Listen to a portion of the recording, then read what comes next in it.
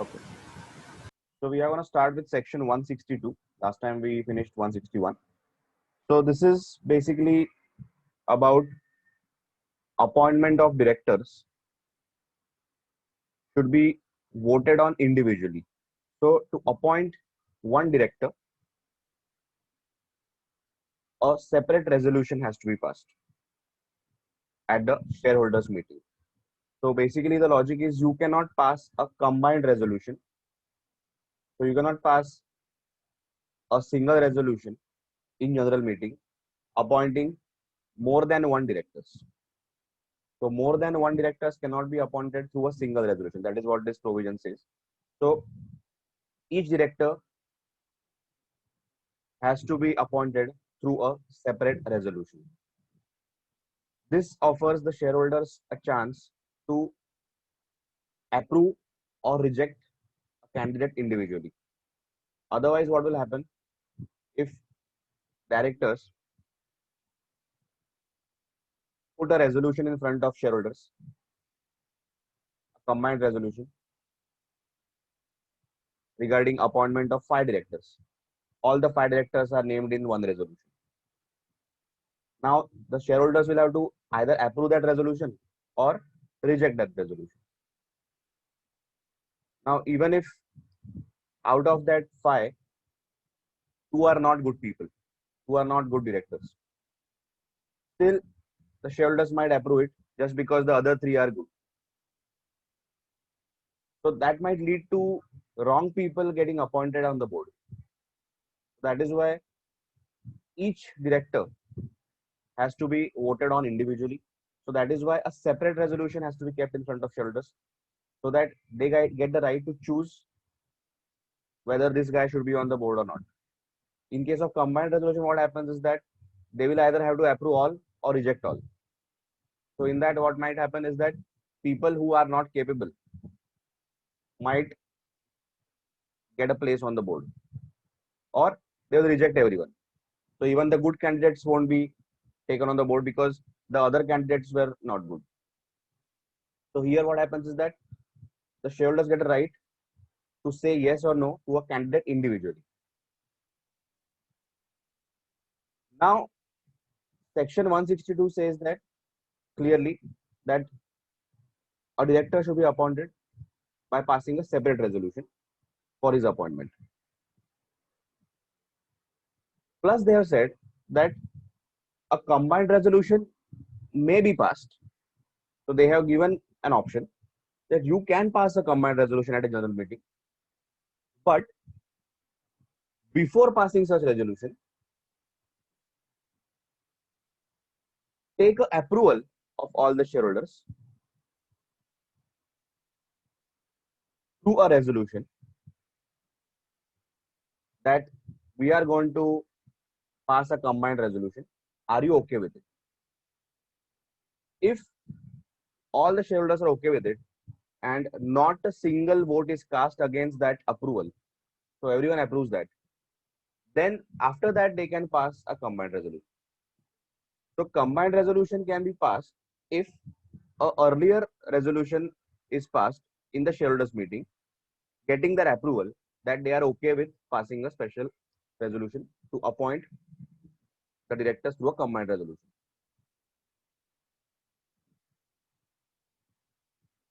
If all the shareholders are okay with it and no vote is cast against it, nobody says no. So either they say yes or they don't vote. Nobody rejects or says no to the approval. Then they can go ahead and pass a combined resolution.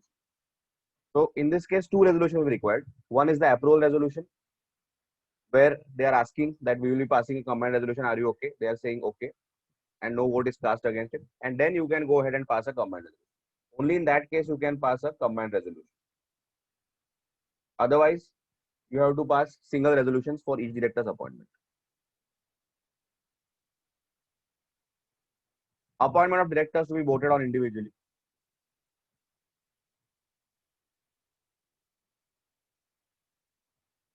The provision starts from here.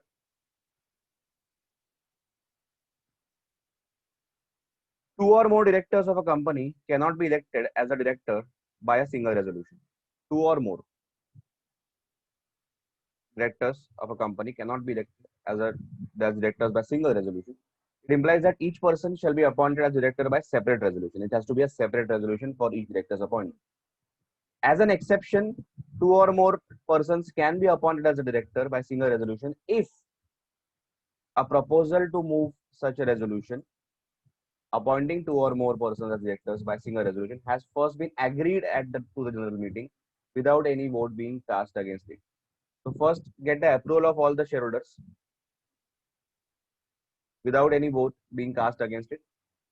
If everyone is okay, then you can go ahead and pass a combined resolution. So here is an example.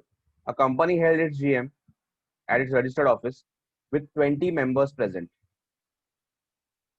So there are 20 members present. At the meeting, a proposal was moved to appoint 3 persons as directors by a single resolution.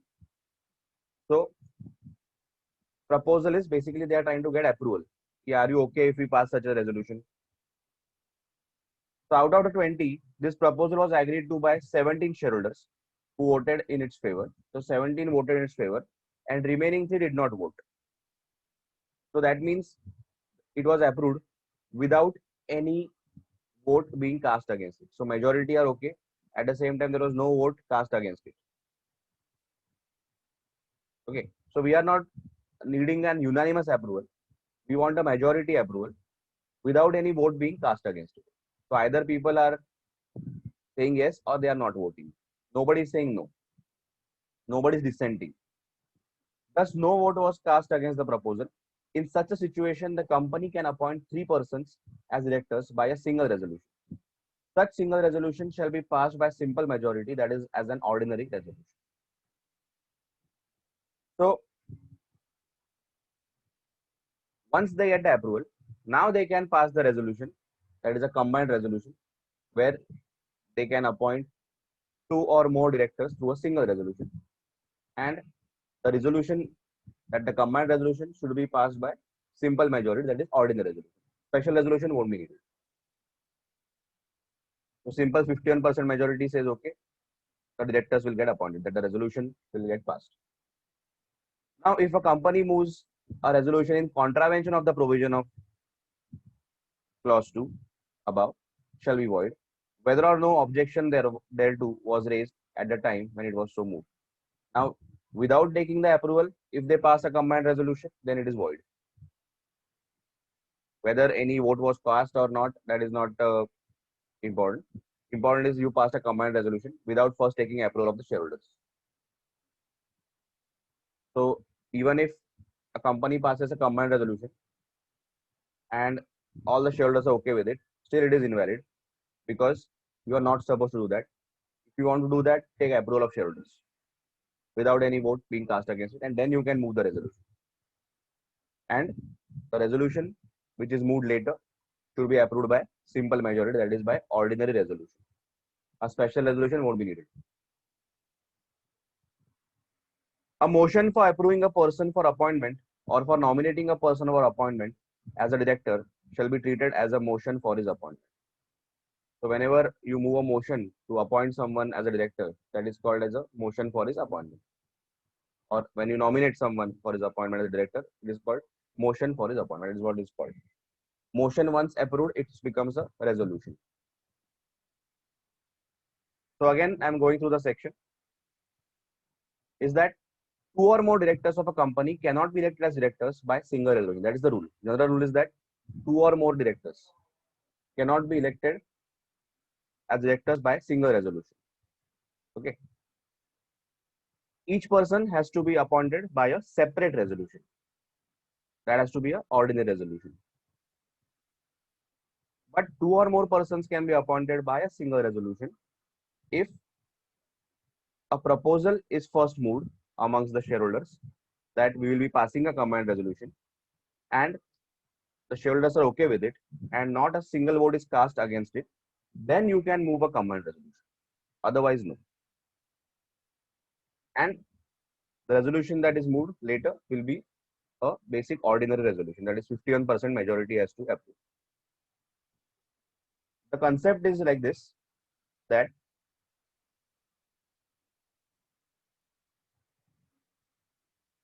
Section 162, the concept is it prohibits appointment of directors en bloc.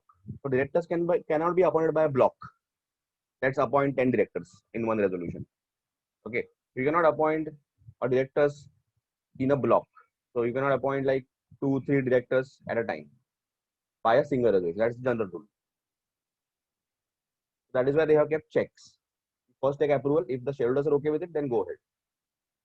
Electing more than one person as directors through a single resolution deprives the shareholders from exercising their choice to reject a specific individual. So if a block of directors is left, that is, 10 directors are there in one resolution to be appointed. Now it is difficult for shareholders to approve or reject one of them. Either they have to say yes to all of them or no to all of them.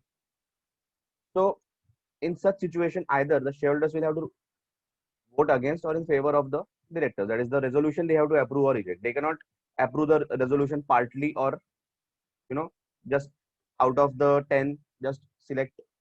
We are saying yes to 3 and rejecting the remaining 7. You cannot do that. You have to either say yes to all or say no to all. So it shall be difficult for them to reject a particular person as director unless they reject the resolution in total. Thus, not appointing all the persons in a specified resolution. So either they have to say yes or no. So that is why section 162 requires every individual to be voted on individually for appointment as director.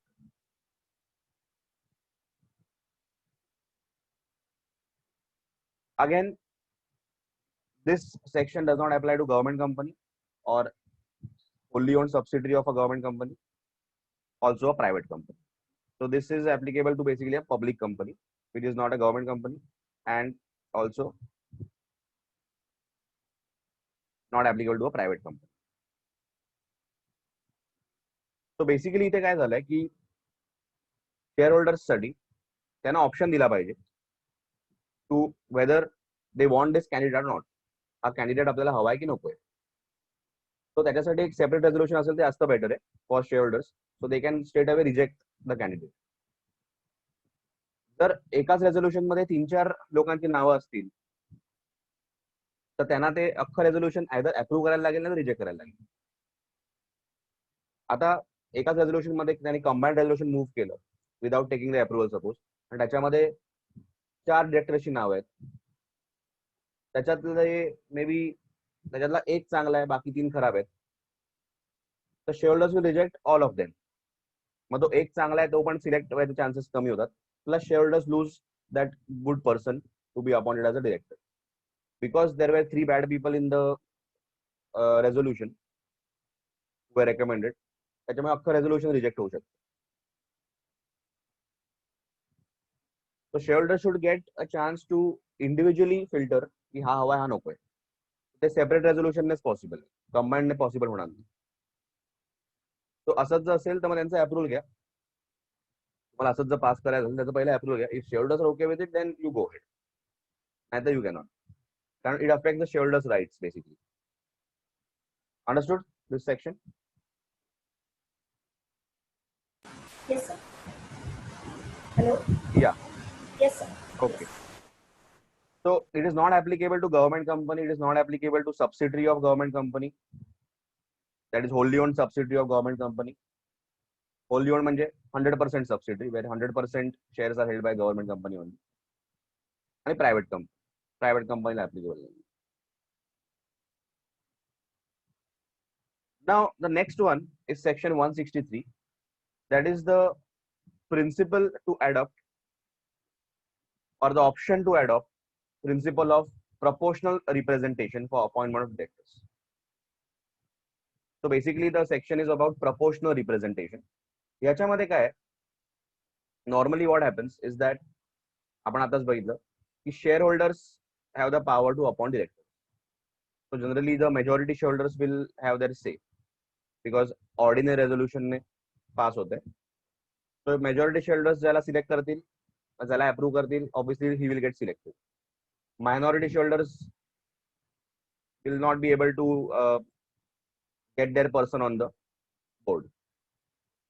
Even 49% shares तुझ्याकडे असतील आणि माझ्याकडे 51% असेल, so whatever I say that will only happen because 51% माझ्याकडेच आहे. So always माझ्या vote शिवाय काही होणार नाही. सो whichever person I vote for, he will get selected to the board. So principle of proportional representation gives the power to the minority shareholders to have their person on their board.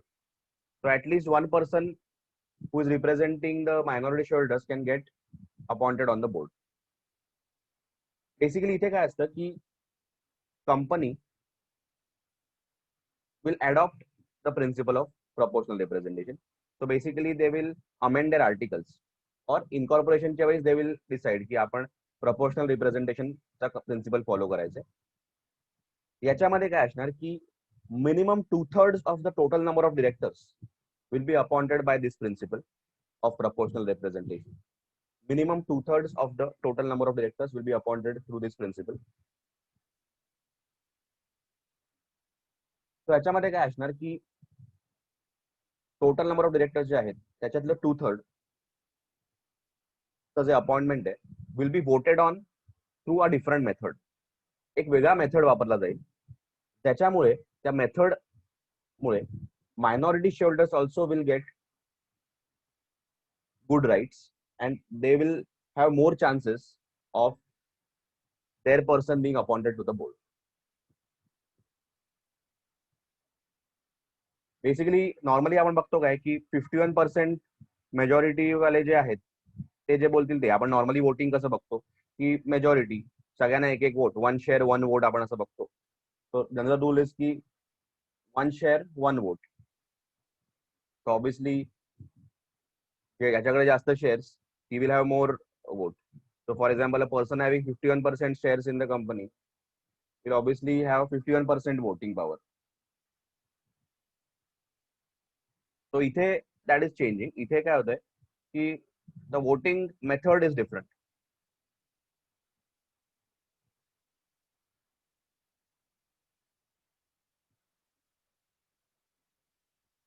I'll show you how it works.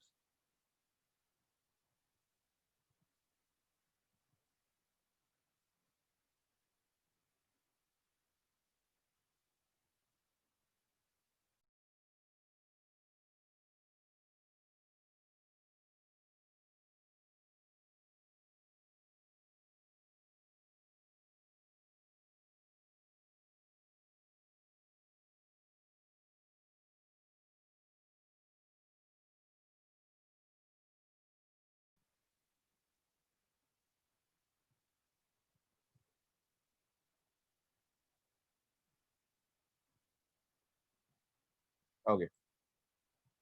So proportional representation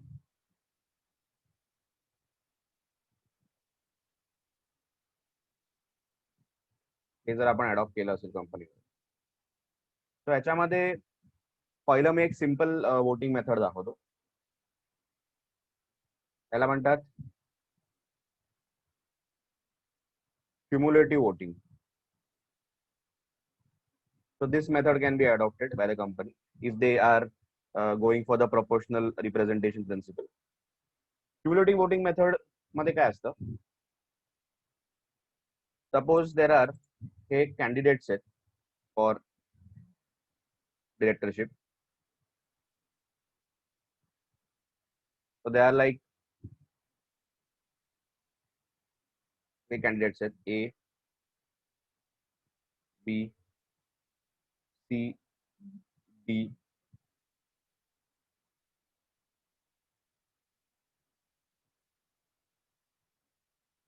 आणि E हे एवढे candidates आहेत. Okay.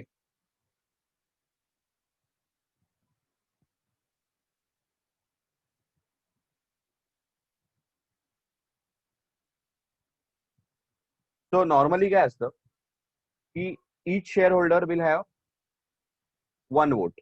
म्हणजे basically the rule is 1 share 1 vote. तो जितके तुमच्याकडे shares तितके तुमच्याकडे votes, तितकं तुमचं वोटिंग पॉवर काइंड ऑफ. म्हणजे मग अशी बोलत असं की 51% shares if you are holding, then 51% voting power you will have. आता इथे काय असणार,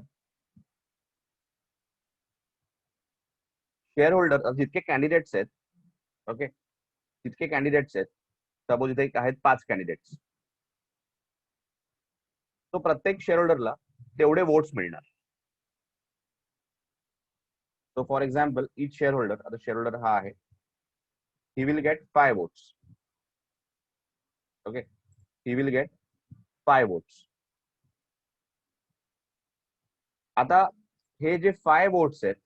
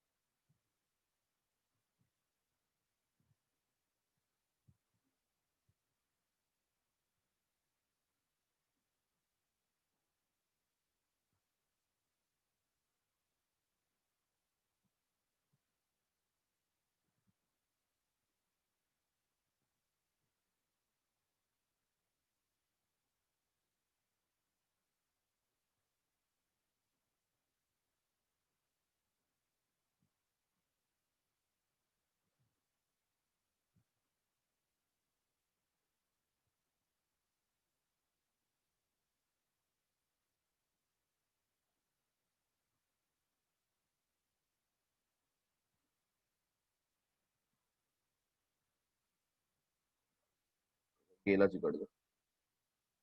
okay, I'll show you again.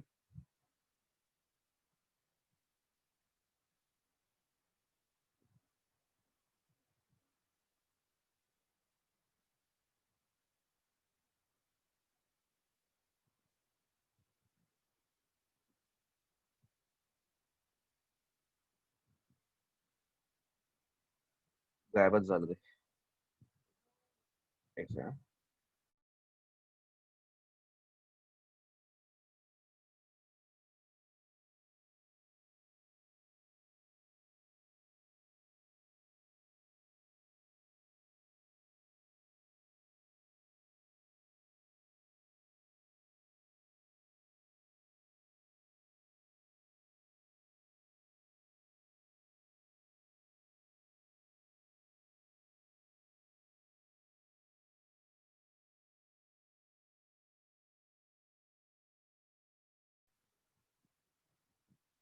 या, सो परत मी लिहितो इकडे, गेलं माझं. ओके, सो सपोज एक शेअर होल्डर आहे, नॉर्मली कसं असतं 1 शेअर 1 वोट. ठीक आहे. So now instead shareholder जितके कॅन्डिडेट्स आहेत ना, तितके त्याला वोट मिळणार. म्हणजे या केसमध्ये he will get 5 votes. Okay, ह्याला म्हणतात cumulative voting. Cumulative voting method. तो 5 वोट मिळाले. आता हे 5 vote he can transfer to each one of them. एक एक करून सगळ्यांना देऊ शकतो, असं करू शकतो. किंवा ही कॅन बी लाईक मला सगळे वोट ए लाच द्यायचे, किंवा ही कॅन बी लाईक मला ए ला 4 वोट द्यायचे, 1 वोट बी ला द्यायचे. That you decide. So basically the share holders will get तेवढे तुम्हाला वोट्स मिळणार. म्हणजे जितके तुमच्याकडे शेअर्स, नॉर्मली एका शेअरला 1 वोट मिळतं. तो इथे आता एका शेअरला जितके कॅन्डिडेट तेवढे वोट्स. सो तुमच्याकडे जेवढे शेअर तेवढे तुमच्याकडे वोट्स. सो फॉर एक्झाम्पल तुमच्याकडे जर 50 शेअर्स असतील तर 50 into 5 तेवढे तुमच्याकडे वोट्स. मग तुम्ही ते कसंही वापरा. तर ह्याच्याने काय होतं की minority share holders can, suppose त्यांचा candidate suppose A, so they will put all the votes to A. तर या केसमध्ये त्याने सपोज 5च्या 5 वोट्स ए ला दिले. असेच सगळे मायनॉरिटी शेअरहोल्डर्सने एका कॅन्डिडेटला वोट्स दिले सगळे. So at least that guy will get selected. So at least एक माणूस त्यांचा बोर्डवर येऊ शकतो बिकॉज ऑफ दिस मेथड. कारण 1 शेअर 1 वोटने काय होणार नव्हतं. तो इथे त्यांना जेवढे कॅन्डिडेट तेवढे तुम्हाला वोट दिलेले पर शेअर. तुमच्याकडे जेवढे shares into the number of candidates करायचे तेवढे तुमच्याकडे वोट्स येते. फॉर एक्झाम्पल आता ह्याच्याकडे 50 शेअर्स असतील, तर 50 into 5 5 कॅन्डिडेट्स आहेत ना, 250 वोट त्याच्याकडे येतील. So that shareholder can put all the votes to A. If the minority shareholder decide की सगळे आम्हाला ए लाच द्यायचे त्यांचा कॅन्डिडेट जो, तर that A will get selected definitely. That is how cumulative voting works.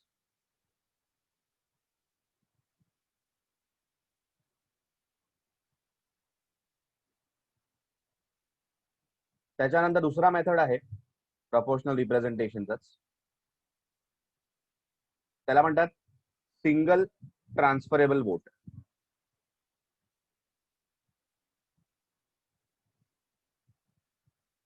Single transferable vote. Single transferable vote जरासं complicated होऊ शकतं, मी जस्ट सांगतो. इथे आपण कॅन्डिडेट्स लिहूया परत. ए, किंवा आपण असं मी जरा वेगळ्या ह्याच्यात लिहितो, कॉलम टाईप बनवतो मी. ए, बी, सी आणि सपोज देर आर 4 कॅन्डिडेट्स. ठीक आहे, थोडासा कॉम्प्लिकेटेड कन्सेप्ट आहे, आपण थोडं अंडरस्टँड करायला बघू. ऍक्च्युली हे दोन्ही वोट्स मेथड जे आहेत they are not explained in the module or anywhere. Okay, so let's try to understand them. 4 candidates आहेत. आता पहिलं तर प्रत्येक शेअर होल्डर कडून, तो इथे बेसिकली कसं आहे, इथे 1 शेअर 1 वोटच कन्सेप्ट. ओके, सो 1 शेअर 1 वोट. तो जितकं तुमच्याकडे शेअर्स तितके तुमच्याकडे votes kind of.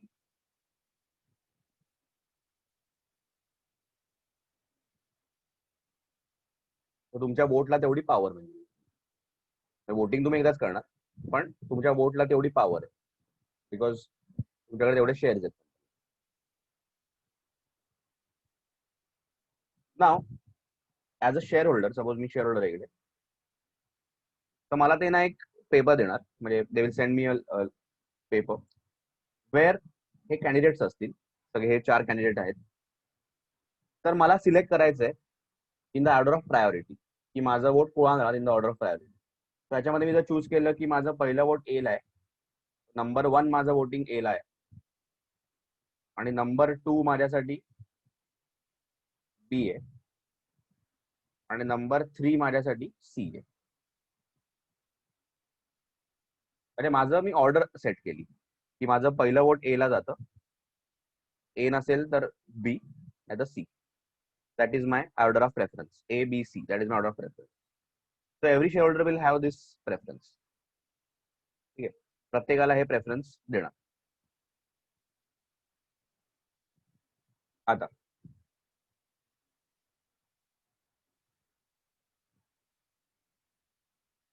Apart from that they will keep a Kota.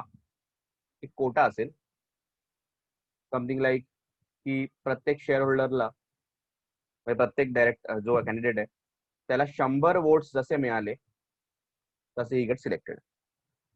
100 votes मिळाले ही गेट सिलेक्टेड. आता सगळ्यांचे वोट्स कलेक्ट केले सगळ्या शेअर होल्डर्सचे, तर सगळ्या शेअर होल्डर्सचं पहिलं प्रेफरन्स काय आहे ते बघितलं. सगळ्या शेअर होल्डर्सचं पहिलं प्रेफरन्स काय आहे, तर लाईक ए गॉट अराउंड 150 वोट्स. किती मिळाले एला? 150 वोट. सगळ्यांचा पहिला प्रेफरन्स एच होता, सो ही गॉट लाईक 150 वोट्स. तर ह्याला किती मिळाले? 150 वोट. तो डेफिनेटली ही गेट सिलेक्टेड ना. 100 वोट्स तर पाहिजे आपल्याला. तो काय करायचे, हे जे 100 वोट्स आहेत ना, हे जे 100 वोट्स आहेत त्याला देऊन टाकायचे. So he got selected.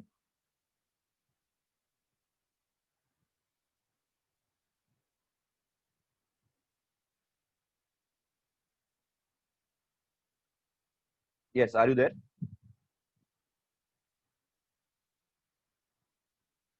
या हॅलो. हा, आहेत ना. हो, माझा प्रॉब्लेम होता का इंटरनेटचा? माहिती आहे मला, इकडे डिस्कनेक्ट माझा झालं. मला इकडे म्हणजे हो. आताच म्हणजे कट झाल्यासारखं दिसलं, म्हणजे यू लेफ्ट टाईप आलं आणि मग परत आलं.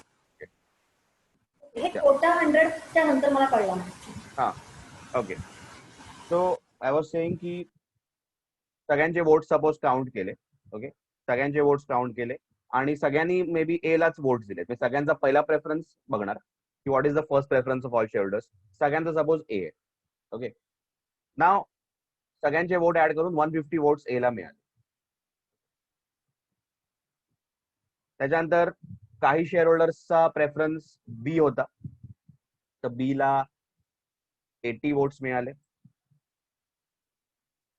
सी ला 70 किंवा सी ला आपण अजून कमी करू 60 आणि डी ला 40 असे वोट सगळ्यांना मिळाले. ठीक आहे, दिस इज द काउंटिंग. तो सगळ्यांचे वोट्स काउंट केले तर सगळ्यां म्हणजे मेजॉरिटी 150 शेअर होल्डर्स सेड की A in the first preference, 80 share holders said in the first preference की बी पाहिजे, 60 शेअर होल्डर्स सेड की आम्हाला सी पाहिजे आणि 40 शेअर होल्डर्स सेड की आम्हाला फर्स्ट प्रेफरन्स मध्ये डी पाहिजे. सो that is how they were given. पण आता यू कॅन सी की फक्त ए 100च्या वर 100 त्याचे मीट झालेत, बाकीच्यांचे 100च्या खाली आहेत. तो आता काय करायचं, याला 100 द्यायचे, याला 100 द्यायचे आणि मग ह्याचे जे एक्सेस 50 आहेत ना, हे एक्स्ट्रा जे 50 उरतात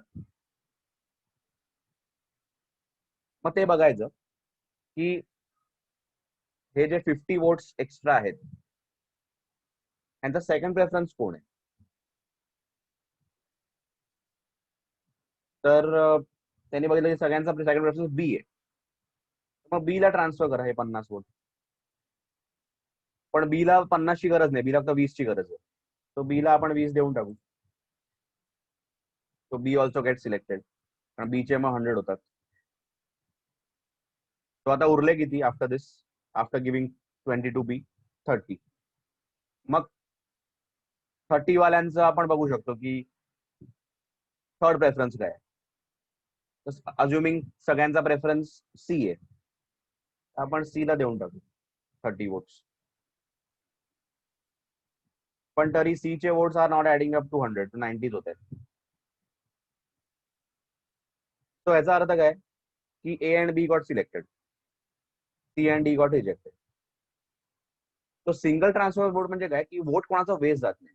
म्हणजे फॉर एक्झाम्पल आता ए ला ज्यांनी वोट्स दिली तर 150 झाले तिकीट, बरोबर. तो 50 वोट एक्स्ट्रा झाले, मग ते 50 वोट काय करायचे, त्याचा सेकंड प्रेफरन्स जो आहे त्याला द्यायचे. मग त्याच्याकडे पण त्याचे पण 100 झाले, तर जे काय उरतात ते तिसऱ्या जो कॅन्डिडेट इन प्रेफरन्स त्याला द्यायचे. तो ज्यांचे 100 होतील त्यांना तुम्ही सिलेक्ट करा. तो याच्या केसमध्ये ए आणि बी सिलेक्ट झाले.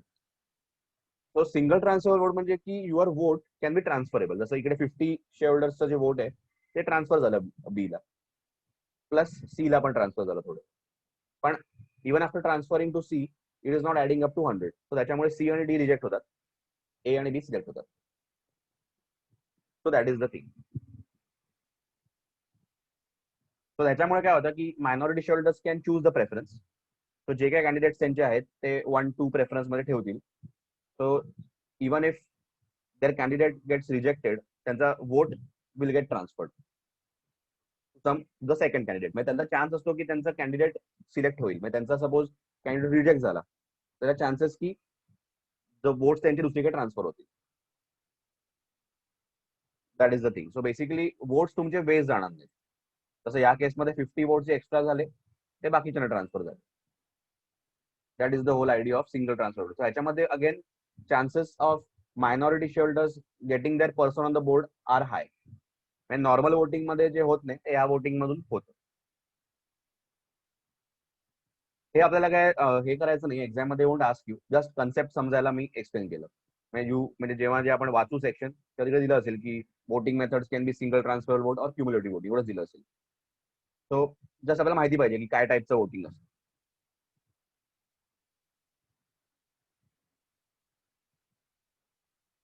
सो प्रिन्सिपल ऑफ प्रपोर्शनल रिप्रेझेंटेशन इथे काय म्हटलंय,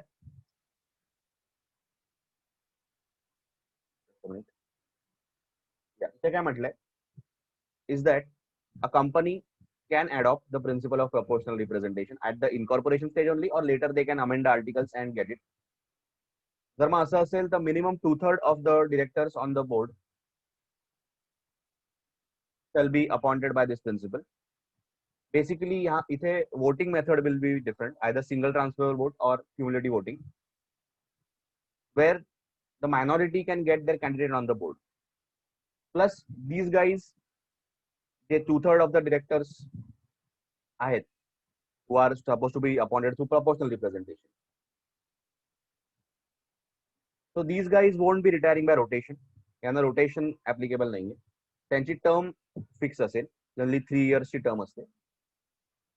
त्याच्यानंतर they will retire. So normally जे आपण बघतो ना सेक्शन 152 रिटायरिंग डिरेक्टर्स वगैरे, ते इथे नाहीये. Secondly these guys cannot be removed also. तर तुम्ही काढू शकत नाही त्यांना, बिकॉज एक तर मायनॉरिटीने मेहनत करून त्यांना अपॉइंट केलं, तर तुम्ही त्यांना काढू नाही शकत. Majority cannot pass resolution to remove them. पण there is a section called section 169 where the shareholders have the power to remove directors. तर ह्यांना नाही काढू शकत, कारण हे प्रपोर्शनल रिप्रेझेंटेशन वाले. आणि बाकी they are directors in their own right. So काय म्हटलंय बघूया, इथून सुरू होतं. Notwithstanding anything in content in this act, which implies that this section has overriding effect, overriding section. The articles of the company need to contain provisions for appointment of directors by proportional representation. So articles you have to get amended. और incorporation करताना company नवीन आहे, तर articles मध्ये आधीपासूनच तुम्ही ती provision घातलेली आहे की आम्ही प्रपोर्शनल रिप्रेझेंटेशनच ठेवणार आहोत. The procedure as contained in the articles must be capable enough to enable the minority shareholders to have proportionate representation on the board. So HNA minority will get a representation. So the whole idea is that minority gets a proportionate representation on the board. That's why it's called proportionate representation. So they are adequately represented by directors on the board. The articles need to provide for the appointment of not less than 2/3 of the total number of directors in accordance with the principle of proportional representation. Again, minimum 2/3. Minimum म्हटलंय. So you can have all the directors being appointed by proportional. Minimum 2/3 पाहिजे. तो तुम्ही ठरवा की सगळे का 2/3. सगळेच also fine. Minimum म्हटलंय. So can maximum all also. Or you can say कि 3/4. 2/3 comes to 66.61% होता. So you can have 3/4 also, like 75% also you can have.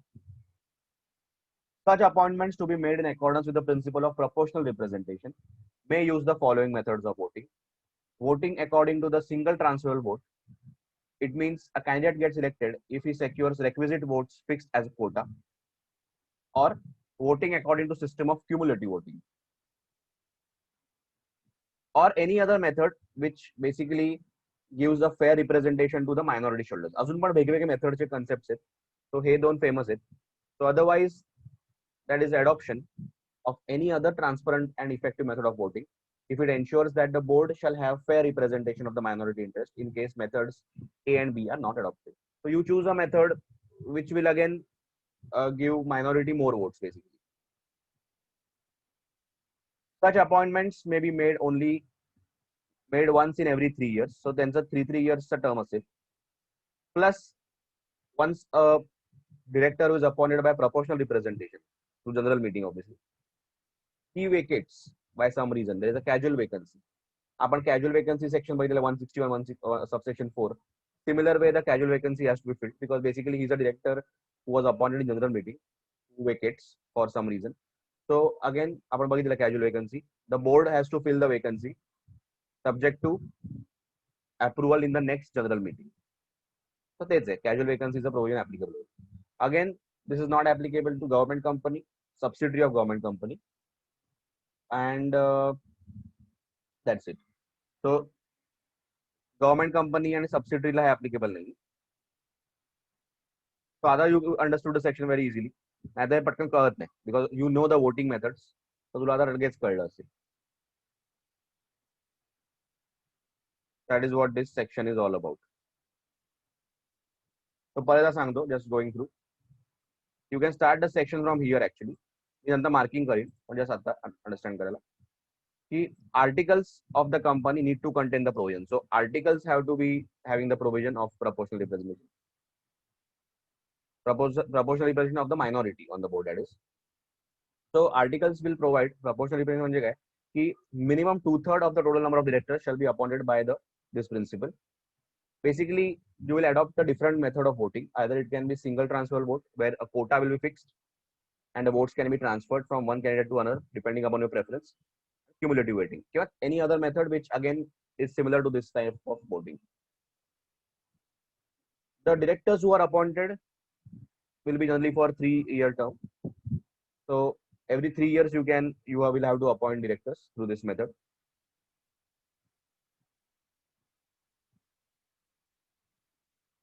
And what else?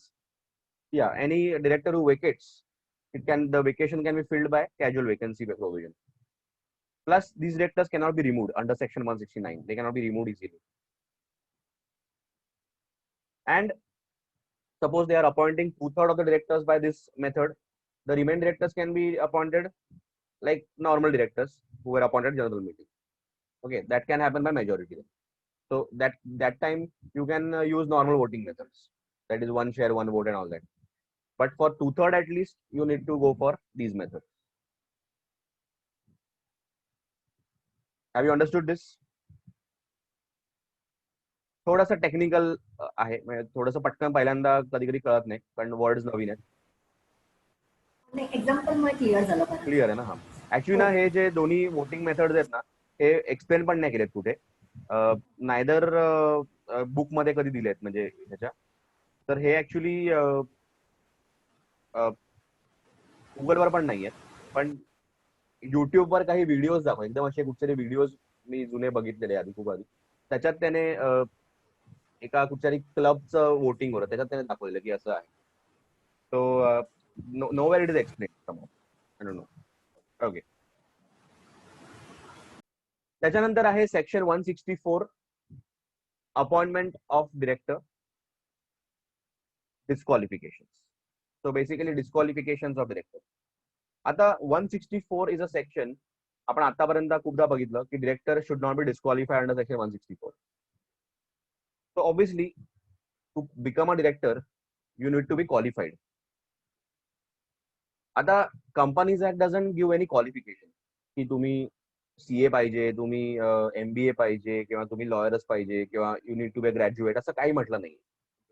So companies act doesn't specify that you need to be qualified, you need to have some qualification, but they say की you should not be disqualified. त्यांनी म्हटलं नाही की तुम्ही असं qualify म्हणजे तुमच्याकडे एक क्वालिफिकेशन पाहिजे वगैरे, असं नाही म्हटलेलं. पण म्हटलं की you should not be disqualified. Disqualified म्हणजे काय की you should not be a person of unsound mind declared by competent court. So court has declared you unsound.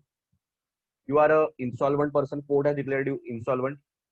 So either court has declared you and you are still undischarged insolvent, म्हणजे अजूनही तुम्ही insolvent आहात, or you have applied to be insolvent. तुमच्या against इन्सॉल्वन्सी proceeding सुरू आहेत, म्हणजे त्या क्रेडिटरने तुमच्यावर केस केली आणि तुम्ही कोर्टात तुमचं इन्सॉल्वन्सी चालू आहे आणि you are not able to pay him. त्याच्यानंतर if you are convicted by a court of any offence, कोर्टने तुम्हाला कन्व्हिक्ट केलंय ऑफ एनी ऑफेन्स, त्याच्यासाठी you are imprisoned for minimum 6 months. 6 months imprisonment झाली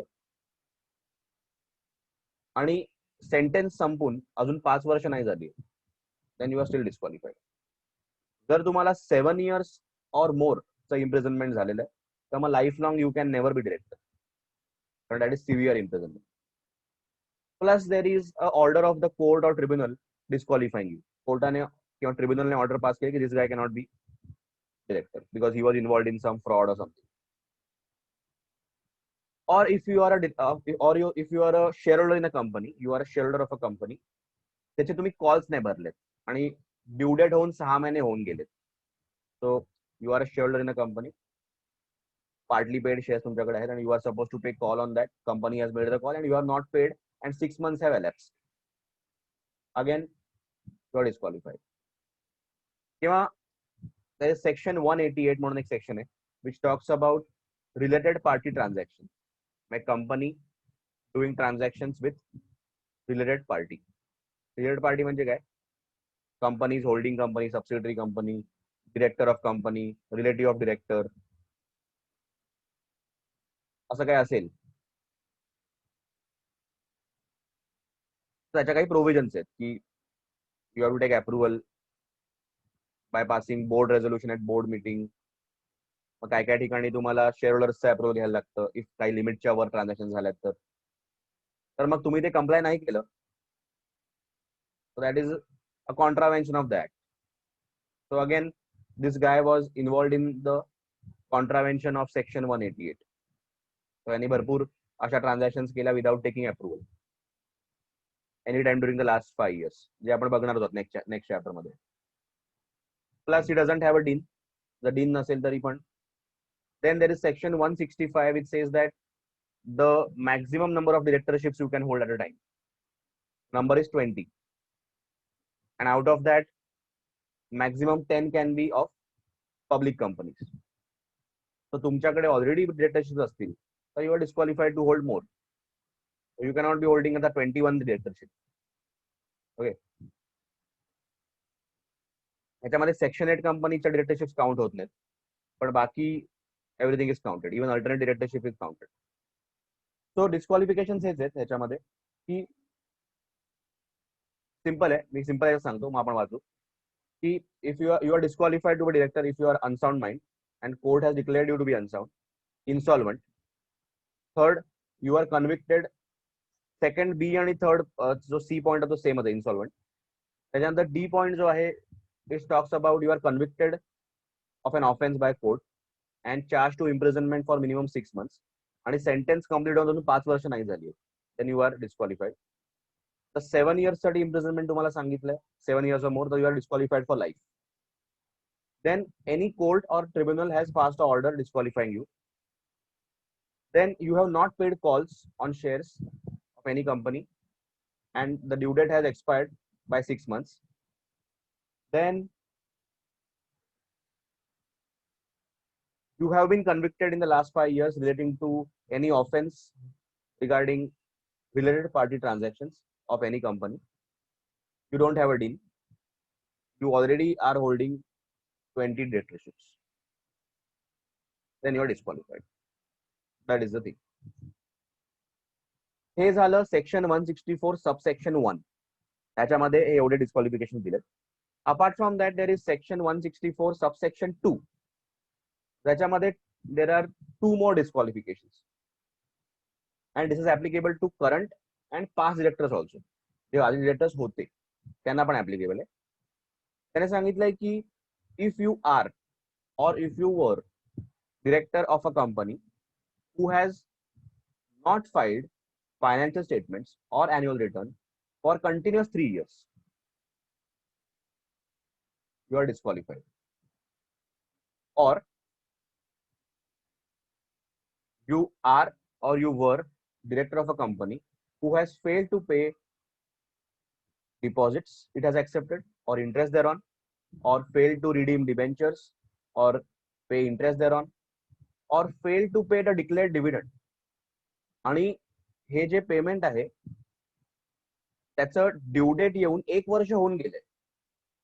ड्यू डेट नंतर 1 वर्ष होऊन गेले. ज्या दिवशी तुम्ही डिबेंचर्स रिडीम केले पाहिजे होते त्याच्यानंतर 1 वर्ष होऊन गेले. Then again section 164 subsection 2 disqualification attracts. तो सेक्शन 164 सबसेक्शन 2 में 2 डिस्क्वालिफिकेशन आहेत. पहिला आहे the company has not filed financial statements or annual returns for 3 consecutive years, or the company has defaulted in payment of deposits or interest thereon, debentures or interest thereon, or declared dividend, and 1 year has elapsed from the due date. The असं असेल, then the director cannot be appointed as a director in any other company for 5 years. 5 वर्षाचं disqualification आहे from the date of disqualification. And ज्या कंपनीत default झालाय, ज्या company which has failed to file financial statement and हे, त्याच्यात he can continue but he won't be reappointed. बाकी companies मध्ये ही कॅनॉट कंटिन्यू. बाकीच्या कंपनीज मध्ये तो आहे डिरेक्टर, तिकडे he cannot continue, he has to vacate. पण ज्या कंपनीने डिफॉल्ट केलाय त्या कंपनीत he can continue but he will not be able to be reappointed. Okay, so basically disqualification काय होतं की असं जर झालं असेल तर ज्या कंपनी डिफॉल्ट केला त्यात he can continue but he will not be reappointed after his term. पण बाकी कंपनीज मध्ये he has to vacate as he is disqualified. आणि 5 वर्षाचं डिस्क्वालिफिकेशन त्याला अप्लाय होईल. तर म्हटलं in above cases director concerned shall not be eligible to be reappointed as director of such defaulting company or appointed in some other company for a period of 5 years from the date on which the said company has committed default. Basically लक्षात ठेव की section 164 मध्ये they are not talking about vacation of office. They are just saying you are disqualified. Section 167 जे आहे याच्या पुढचं section आहे that talks about disqualification, that talks about vacation. त्या section मध्ये सांगितलंय की if you are disqualified you need to vacate. Okay, पण त्यात त्यांनी स्पेसिफिकली सांगितलंय की हे सबसेक्शन 2 मध्ये जी कंपनी डिफॉल्टर आहे ना, जी कंपनी डिफॉल्टर आहे तिथून वेकेट नाही करायचं, बाकी कंपनीतून you have to vacate. Plus you will not be appointed for 5 years anywhere. या company you can continue. The logic is you continue and make good the default. Correct करा सगळं जे काय चूक आहे, but you won't be reappointed after your term.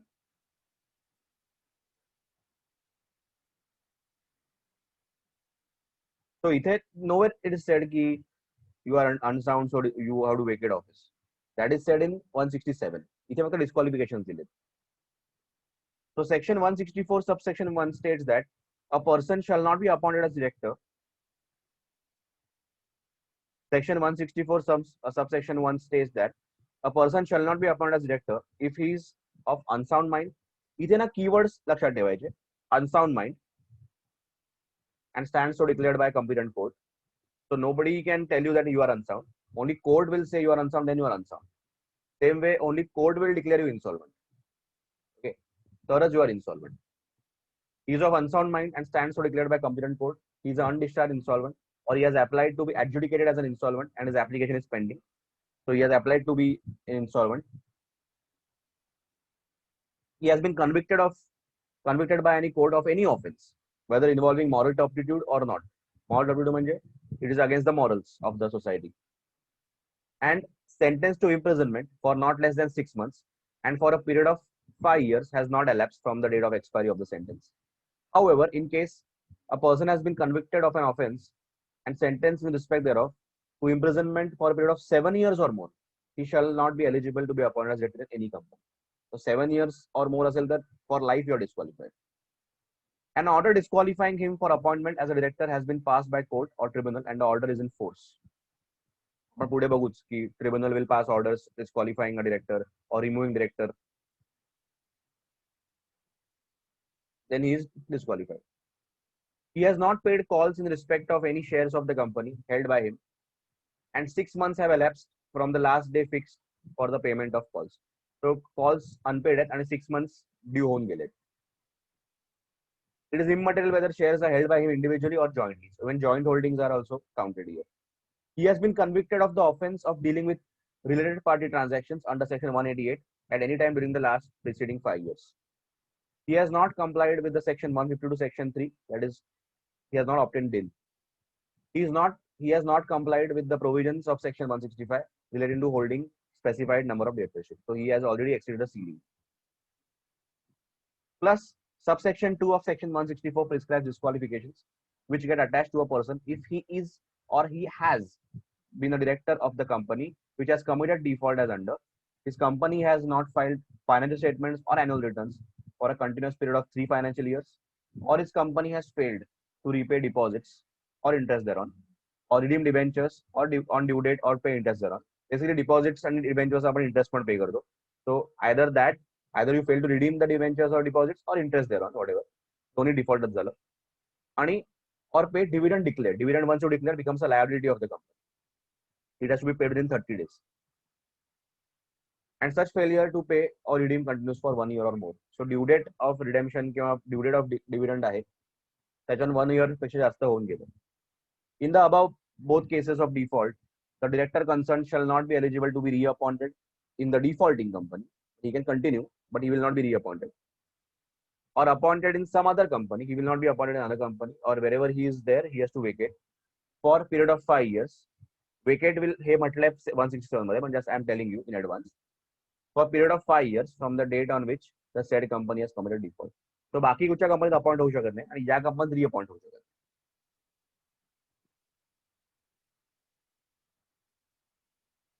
पण याच्यामध्ये म्हटलंय हे जे सबसेक्शन 2 याच्यात म्हटलंय की if a director has just join the company, Naveen director आताच जॉईन झाला आणि 6 मंथच्या आतच ही कंपनी डिफॉल्टर निघाली, मग त्यांचे 3 फायनान्शियल इयर्स झाले कंप्लीट किंवा त्यांचं 1 वर्षापेक्षा जास्त झालं from default in payment of dividend or and he is not disqualified. आताच जॉईन झाला, त्याला माहिती पण नसेल असं काय आहे. त्याने म्हटलंय in case a person is appointed as director of a company which has committed default as per clause A and B, म्हणजे हे A and B, he shall not incur the disqualification for a period of 6 months from the date of his appointment. So first 6 months मध्ये जर हे default वगैरे झाला असेल तर he is not disqualified because he just joined.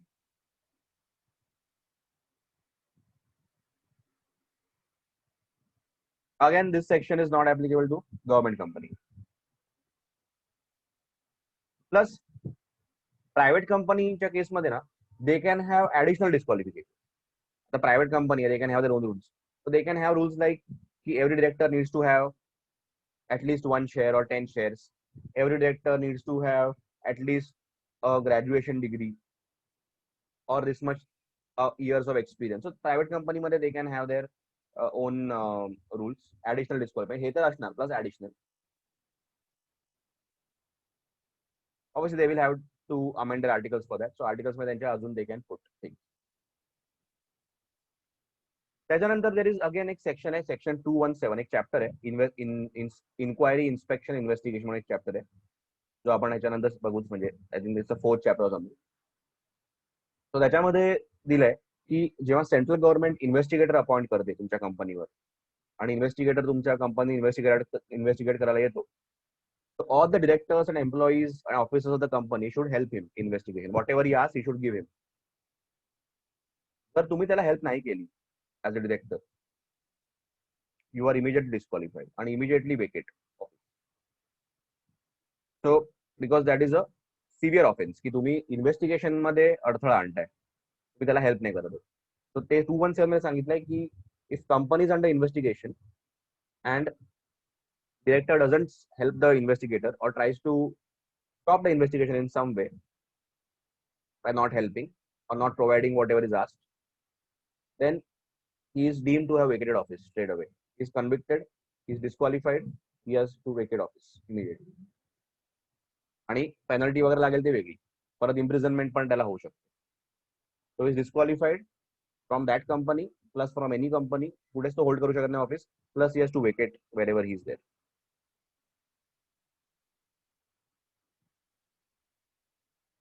तो इथे म्हटलंय private company not a subsidiary of a public company. Public company subsidiary becomes a public company only. So private company is permitted to provide additional disqualifications through its articles for appointment of a personal director.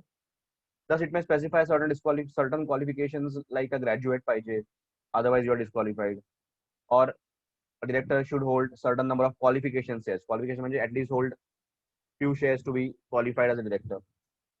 And last आहे की Section 217 relates to company which is under investigation. In case any director of such company has been convicted of an offense, the director shall be deemed to have vacated his office on and from the date on which he is so convicted.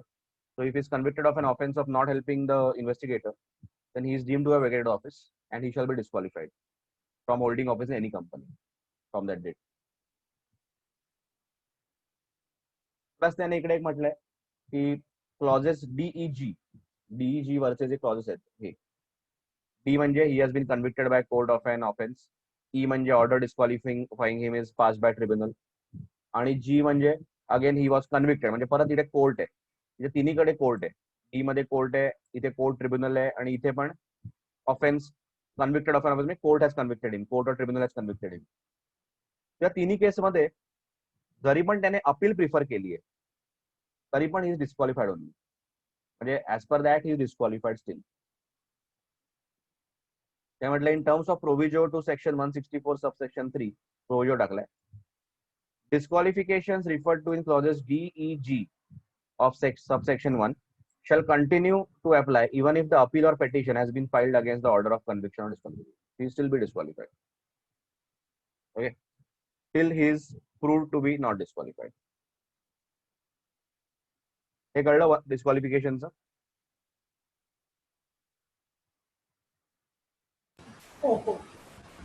आता next is 165 maximum number of directorships. Actually ह्याच्यामध्ये फक्त number लक्षात ठेवायचे की overall 20. So maximum number of directorships you can hold at a time is 20, and out of that maximum 10 in public company. एवढंच आहे 20. So overall 20 subject to 10 in public companies max. So you can be holding 20 directorships in private companies also. पूर्ण 20 मध्ये म्हणजे if all the private companies you can hold up to 20. पण त्यात public companies पण आहेत, तर public companies can be maximum 10. So you cannot be holding directorship in 20 public companies. It has to be 10 max. At the same time, any subsidiary of public company is also a public company. जरी पण ती private company असेल, पण it's subsidiary of a public company, so it's a deem public company. Section 8 companies are not counted here. म्हणजे section 8 companies मध्ये जर you are director that is not counted, पण alternate directorship वगैरे it is counted. बाकी काही नाही याच्यामध्ये. ह्याच्यात म्हटलंय की according to section 165 subsection 1, a person after commencement of the companies act 30 shall not hold office as a director, including any alternate directorship, in more than 20 companies at the same time. Maximum 20 companies मध्ये you can be director. Further, out of the above limit of 20 companies, maximum number of public companies in which a person can be appointed as director shall not exceed 10. It may be noted that the limit of public companies shall include directorships in private companies that are either holding or subsidiary of public company. So if a company which is actually private, but it is holding or subsidiary company of a public company, then it is deemed public company. So that is also counted in that 10. However, limit of directorships of 20 companies shall not include directorships in a dormant company or also in a section 8 company. Dormant company is also not counted.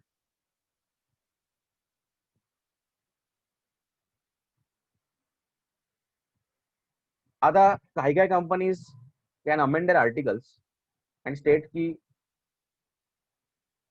आम्हाला असे directors हवेत who are holding only 5 directorships. त्याच्यावर जास्त असेल तर आम्ही घेणार नाही. तर त्याने म्हटलंय की members of a company may by special resolution specify any lesser number of company which director of a company may act as director. Company wise you can have your own rules की आम्हाला असे directors हवेत who are holding only 5 directorships max. त्याच्यावर असेल तर आम्ही घेणार नाही. You can have your own rules. Prescription of transition period of 1 year याचा उपयोग नाही. पनिशमेंट ऑफ कॉन्ट्राव्हेन्शनचा उपयोग नाही. इंडिपेंडेंट डिरेक्टर्स आपण ऑलरेडी बघितलंय.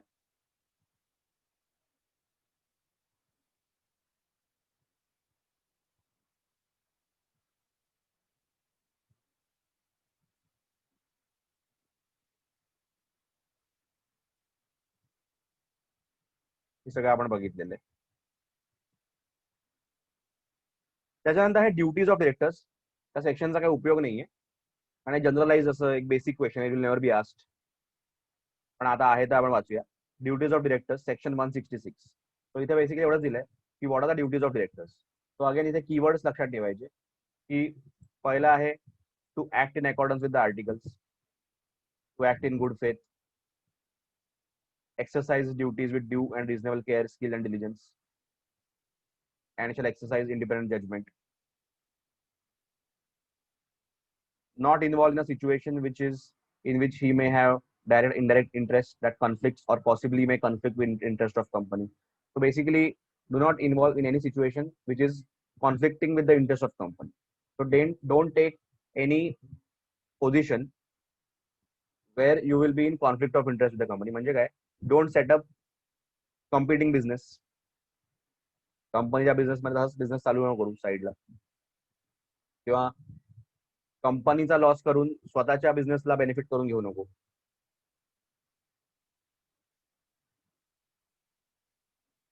Don't help the competitors in any way. त्याच्यानंतर सेम नेक्स्ट आहे की shall not achieve any undue gain or advantage either to himself or his relatives. So कंपनीच्या बिहाफवर स्वतःला फायदा करून घेऊ नको, or your relatives are making फायदा. जर नंतर कळलं की असं याने केलंय, म्हणजे याने काही सिक्रेट प्रॉफिट वगैरे केलाय कंपनीच्या बिहाफवर, तर he has to return it back to the company. Plus he doesn't have the power to assign office.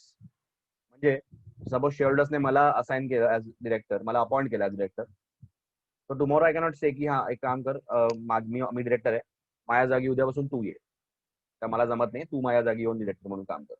मला पॉवरच नाहीये, कारण एक तर मला अपॉइंट केलं शेअरहोल्डर्स. सो माझ्या जागेवर मी गेलो तर shareholders will appoint. I don't have any right to assign. Okay, so director cannot assign his office to his son or his brother or anyone. त्याच्याकडे पॉवरच नाही.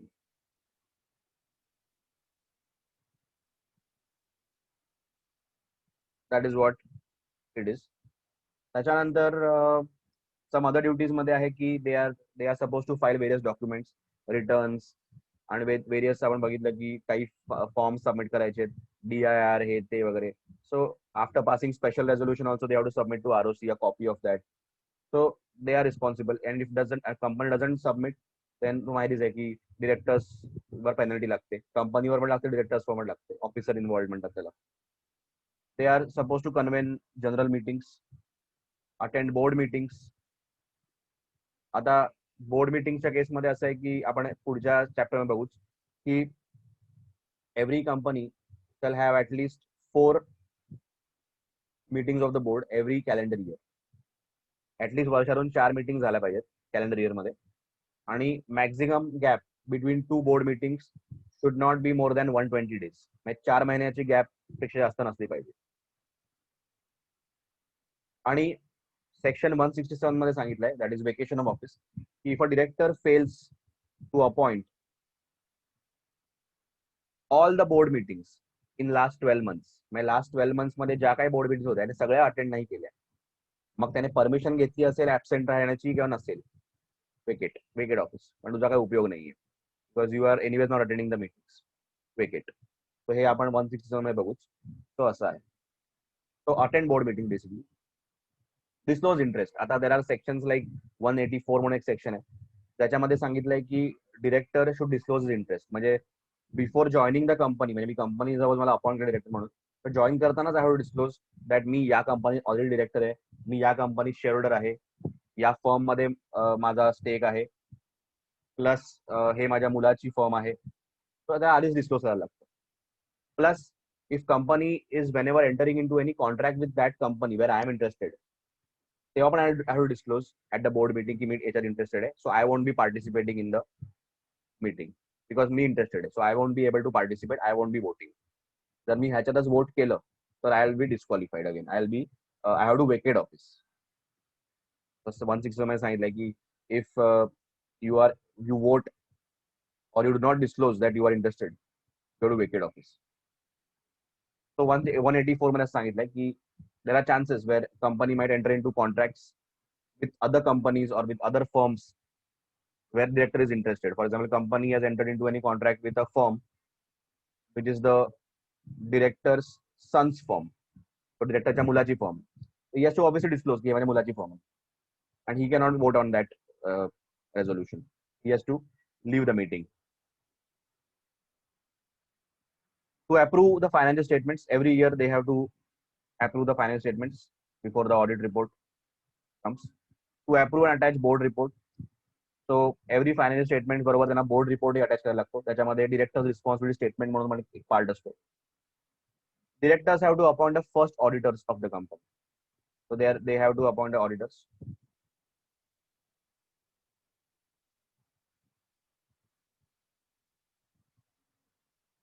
त्याच्यानंतर कसं असतं की first auditors will be appointed by the board. Second auditors पासून जे आहे subsequent, they will be recommended by the board and approved by the shareholders. So board will basically recommend them, shareholders will approve them. और ज्या कंपनीमध्ये audit committee आहे तिकडे shareholders will recommend. Yeah, sure.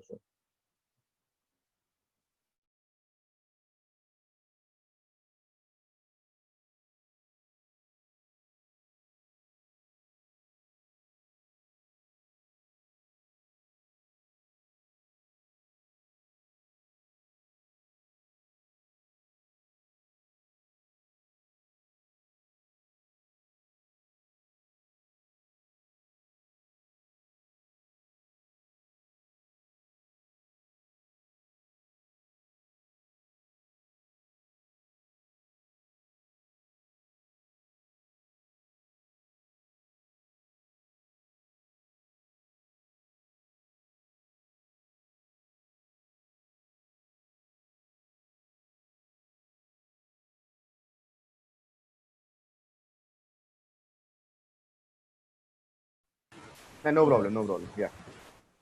Okay. So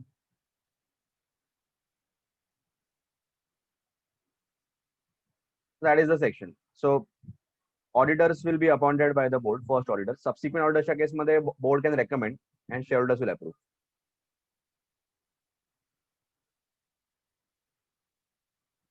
Generally, shareholders will appoint auditors at the AGM.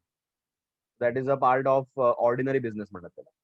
So basically AGM जी असते ना दरवर्षी त्याच्यामध्ये 4 items असतात त्याला म्हणतात ऑर्डिनरी बिझनेस. सो AGM ला या होतातच.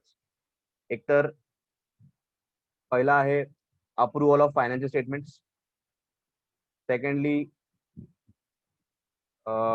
declaration of dividend. My board will recommend dividend. Shareholders will declare it. Third, appointment of directors. Fourth, appointment of auditors. या 4 गोष्टी AGM मध्ये होतात. म्हणजे these are the basic businesses that take place at the AGM. 4 ordinary business. याच्या व्यतिरिक्त काय झालं that is called special business.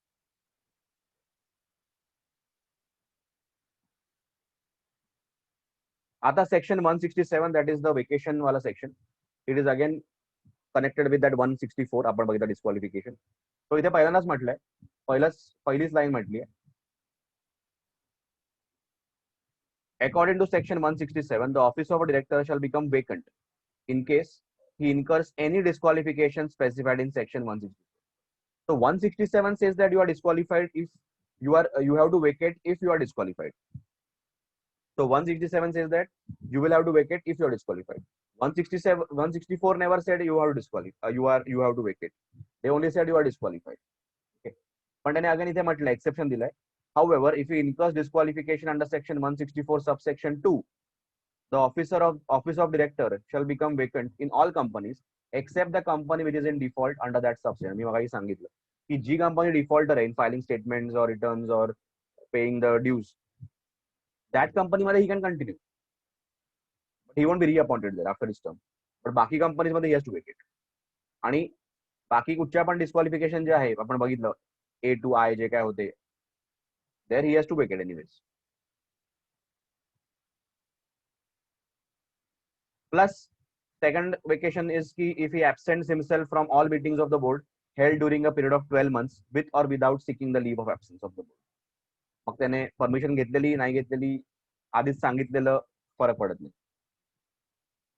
He acts इन कॉन्ट्राव्हेन्शन हे दोन सेक्शन एकत्र वाचू शकतो की ही ऍक्ट्स इन कॉन्ट्राव्हेन्शन ऑफ सेक्शन 184. 184 मध्ये कसं असतं की you can not vote or participate in any meeting which is discussing a contract in which you are interested.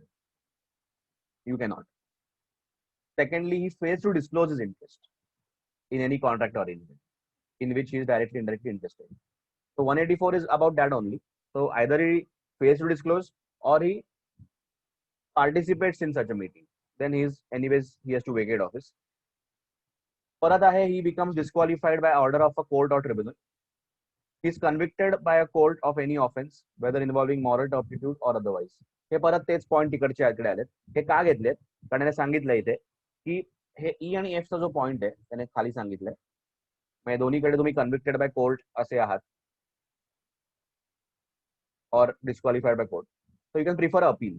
त्याने म्हटलं की जर तुम्ही अपील प्रिफर केलं ना ही ऑर्डर आली आणि 30 डेजच्या आत तुम्ही अपील प्रिफर केलं तर up to that 30 days you are not suppose to vacate. You can continue because तुम्ही अपील प्रिफर केलं.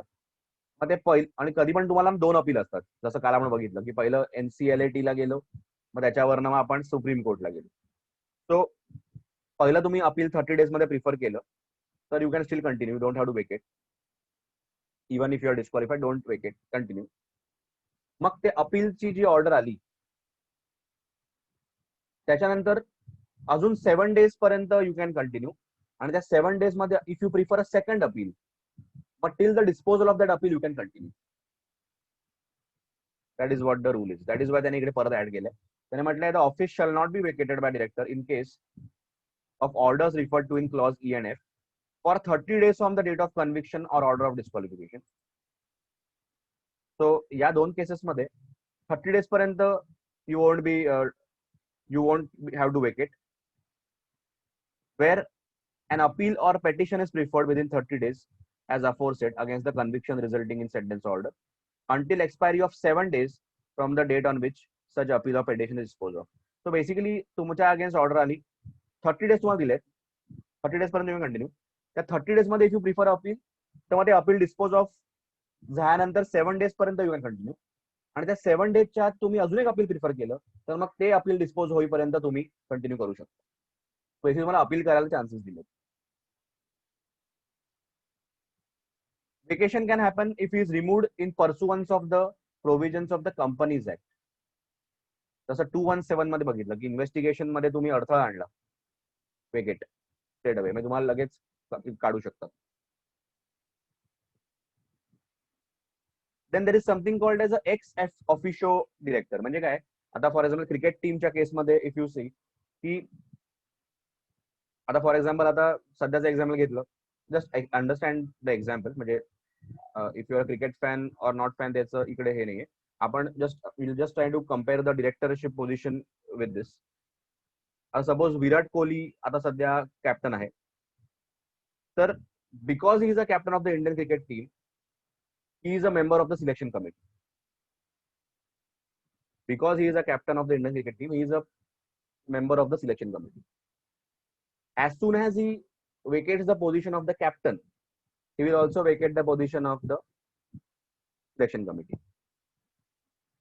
तसंच आहे की if you were appointed as a director in a company just because you were holding some position in the company, for example you were a president in the holding company, and because of that position you were holding a position of director in the subsidiary. If you vacate the position of president, automatically your directorship will go. Or just because you are director in the holding company, you will also be a director of the subsidiary company. If you vacate the holding company, vacate the subsidiary also. त्याला म्हणतात ex officio. Because of your position here, you are getting this position. So if you vacate this position, vacate this position also. He having been appointed as director by virtue of his holding any office or other employment in holding subsidiary associate, ceases to hold such office or other employment in that company. So इथे म्हणतात ex officio director. तसं आपलं prime मिनिस्टरच्या केसमध्ये पण असतं की prime minister is always ex officio member of any committee जी असते. म्हणजे जसं की आता इनिशियली आपल्याकडे प्लॅनिंग कमिशन होतं, तर the prime minister will be ex officio chairman of the planning commission. जो कोणी प्राईम मिनिस्टर आहे, he will become the this. So when the prime minister vacates, so he has to vacate that also. He cannot be like, me prime minister nahi hai, but I will still be continuing as the planning commission chairman. No, you cannot. Plus private company can put additional grounds of vacation. They can have their own grounds. Punishment का उपयोग नहीं है. Last point important है, all directors vacating office. Suppose झालं असं की all directors become disqualified, there is no director left, they are vacated. तर मग अशा केस मध्ये कंपनीचा जो प्रमोटर आहे, person who had promoted the company, और असा कोण नसेल तर काही काही कंपन्यांमध्ये प्रमोटरच नसतो. जसं की आता लार्सन अँड टुब्रो वगैरे अशी कंपनी बघितली, याच्यामध्ये there is no specific promoter as such. आता कोणी प्रमोटर लेफ्ट नाहीये, बिकॉज इट इज ज्यांनी प्रमोट केलेच नाहीच आता. जे लार्सन अँड टुब्रो वगैरे जे होते आता कुठे, सो आता बाकीच लोकांनी शेअर्स होल्ड केलेत. सो अशा केसमध्ये मग government will appoint the minimum directors so that the affairs will continue. आणि मग these directors will call general meeting, आणि मग जनरल मीटिंग मध्ये will appoint more directors. General meeting call करेपर्यंत they will appoint at least minimum 2 or 3 directors, whatever is required. So basically, if all directors vacate, there is no director left on the board, then a promoter or government can appoint minimum directors so that they will continue till the next GM. Then GM they will fill the vacancies, or they will add more directors. Then there is something called as resignation of director. एकदम simple है. Resignation से एवढंच simple है कि if I want to resign from directorship, me director है, I want to resign, and you are a board member, suppose, sir, I will send you my resignation. First of all, you have to accept it. You cannot reject my resignation. तुला accept करायला लागेल.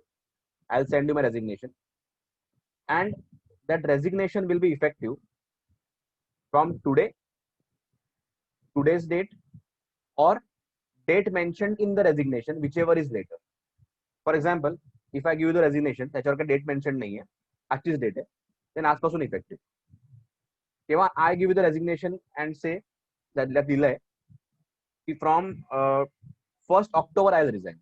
So 1st October, whichever is later. So today or date mentioned in the resignation, whichever is later. So as a board, you have to take note of it. Plus next general meeting जी होईल त्याच्यामध्ये you have to make a report. डिरेक्टरचा report असतो त्याच्यात you have to state की हा director resign झाला. At the same time, company within 30 days has to submit DIR-12 to the ROC plus post information on the website. Plus माझ्यावर पण obligation आहे. I have to submit form DIR-11 to the ROC along with reasons of resignation की का मी resign झालो. Suppose I am a foreign director, मी इथे राहत नाही तर मला पॉसिबल नाही आहे सबमिट करणं, तर I can authorise any other director in India or I can authorise a CA or CMA or CS in practice to go and file the DIR-11. So basically, as a resigned director, also I have to file DIR-11. If I don't file, I will be convicted of an offense. Secondly, company will have to file DIR-12. Whenever there is a change in the directors, DIR-12 has to be filed. So इथे ह्याच्यावरून main rule हाच आहे की प्रश्न असा बनतो की what is the effective date of resignation. It will be the resignation will take effect on the date of resignation or the date mentioned in the resignation, whichever is later. Okay. So इकडे सगळ्यात important point तोच आहे. The resignation of director shall take effect from the date on which notice is received by company or the date of, if any specified by director in the notice, whichever is later. But if I resign, still I'll be liable for all the offenses that the company has committed during my tenure. असं नाही की मी सोडून गेलो म्हणजे सुटलो, नाही. I will still be liable for all the offences which were committed during my tenure. तर याच्यामध्ये इथपासूनच आहे. Director may resign from his office giving notice in writing to company. Board shall on receipt take note of the same. They cannot reject it वगैरे. Company shall within 30 days from the date of receipt of notice of resignation from the director intimate the registrar inform DIR-12 and post information on website if any असेल तर, website असेल तर. Company shall also place the fact of such resignation in the report of directors laid immediately following general meeting. Director may also forward a copy of his resignation. May matlay, but he has to, along with detailed reasons for resignation to ROC within 30 days from resignation in DIR-11 along with fee. इथे foreign director चं म्हटलंय, in case of a company which has filed DIR-12 with registrar, a foreign director of company resigning from office may authorize in writing a practicing CA, CMA or CS in practice or any other resident director to sign DIR-11 and file the same on his behalf.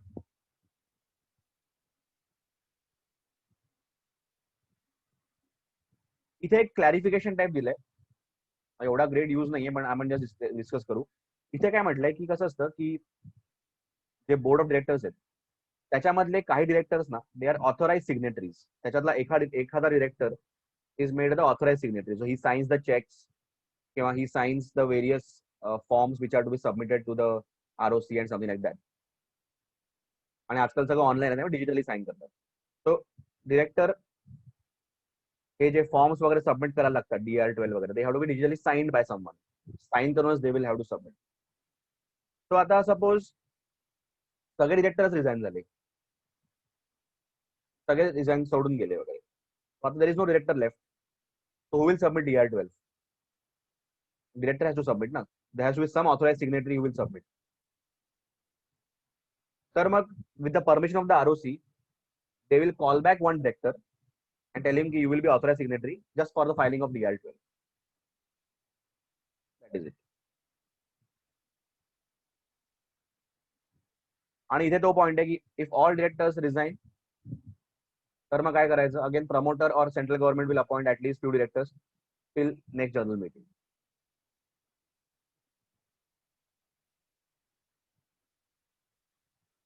त्याच्यानंतर आहे 169. We are towards the end of the chapter, so let's finish it. 169 मध्ये काय आहे? Removal of directors. इथे दिलंय की directors can be removed in two ways, either by shareholders or by tribunal. shareholders can remove directors if they don't want them. त्यासाठी they will have to give a special notice to the company 14 days before the general meeting stating that we don't want this guy. But they cannot remove directors who are appointed by tribunal. काही काही cases मध्ये tribunal appoints directors. Only tribunal can remove them. So tribunal ने appoint केलं असेल किंवा proportional representation through appointed director असेल, you cannot remove them. तर बाकी कोणी असेल so you can remove them. Send a special notice to the company 14 days before the meeting that we don't want this guy. A company will send it the notice to the director. He can make a representation that he can defend his position, that why he should continue. And company should also intimate the other shareholders that असं आलेलं आहे, असं resolution आलेलं आहे, जे आपण आता meeting मध्ये move करू, that this director be removed. Meeting मध्ये ते प्लेस होईल and director will be given a chance to say something, and if ordinary resolution is passed and he is removed, he will be removed. So basically notice चा उपयोग असा आहे की they are putting a resolution to vote at the next meeting. So 14 days before the meeting you send a notice that we want to put this resolution to vote, that we don't want this director.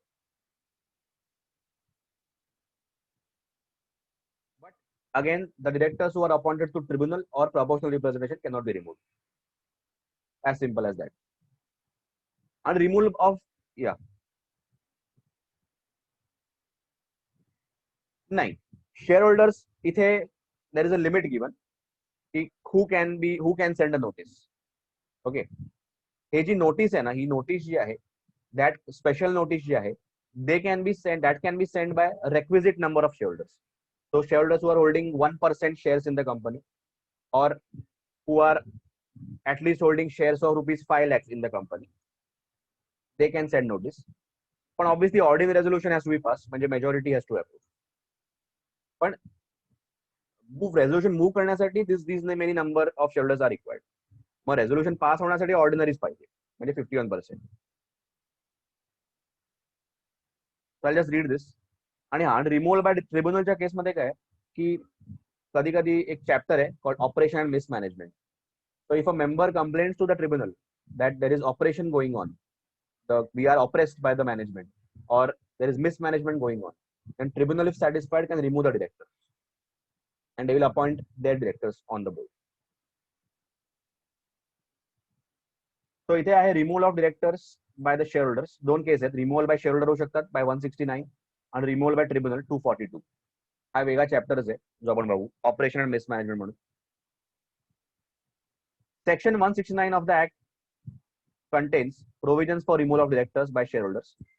The shareholders are empowered to appoint a director. In the same way, they can also remove a director. So they appoint करू शकतात, remove पण करू शकतात. Procedure for removal according to this section is stated below. Requirement of ordinary resolution. A company may by ordinary resolution remove director before the expiry of his period of office except the following. So normally a director can be removed by OR. पण त्यासाठी आधी special notice यायला लागते की we want to remove him म्हणून. But these directors cannot be removed except a director is appointed by tribunal under section 242 or under 163. 2/3 or more of the total number of directors are appointed according to the principle of proportional representation. Then the directors cannot be removed. For example, then if company has 8 directors, out of which 6 were appointed according to principle of proportional representation, then in such a case only the remaining 2 can be removed, not the earlier 6. Requirement of special resolution in case of removal of reappointed independent director. आता आपण independent डायरेक्टरच्या case मध्ये बघितलं की जर त्याला second term त्याची continue करायची आहे, म्हणजे 1 term of 5 years is over, if you want to reappoint an independent director, a special resolution is passed. But to remove him also from his second term, SR will be required. That is what they are saying. The independent director reappointed for second term shall be removed only by SR because he is appointed by SR in the second term. So removal पण SR च पाहिजे. आता असं होईल की appoint केला SR ने, remove केलं OR ने, असं नाही जाणार. पण दोन्ही केस मध्ये त्यांनी म्हटले की before removing a director he has to be given a reasonable opportunity of being heard. So इथे रिमूव्हल ऑफ शेअर होल्डर्स मध्ये, removal by shareholders, a special notice basically ना कंपनीज ऍक्ट मध्ये 2 केसमध्ये special notice send करायला लागते. एक तर removal of directors or removal of auditors. तर या दोन्ही केसमध्ये shareholders have the right to send a notice to the company proposing a resolution to remove the director or auditor. आणि नोटीस सेंड करण्यासाठी minimum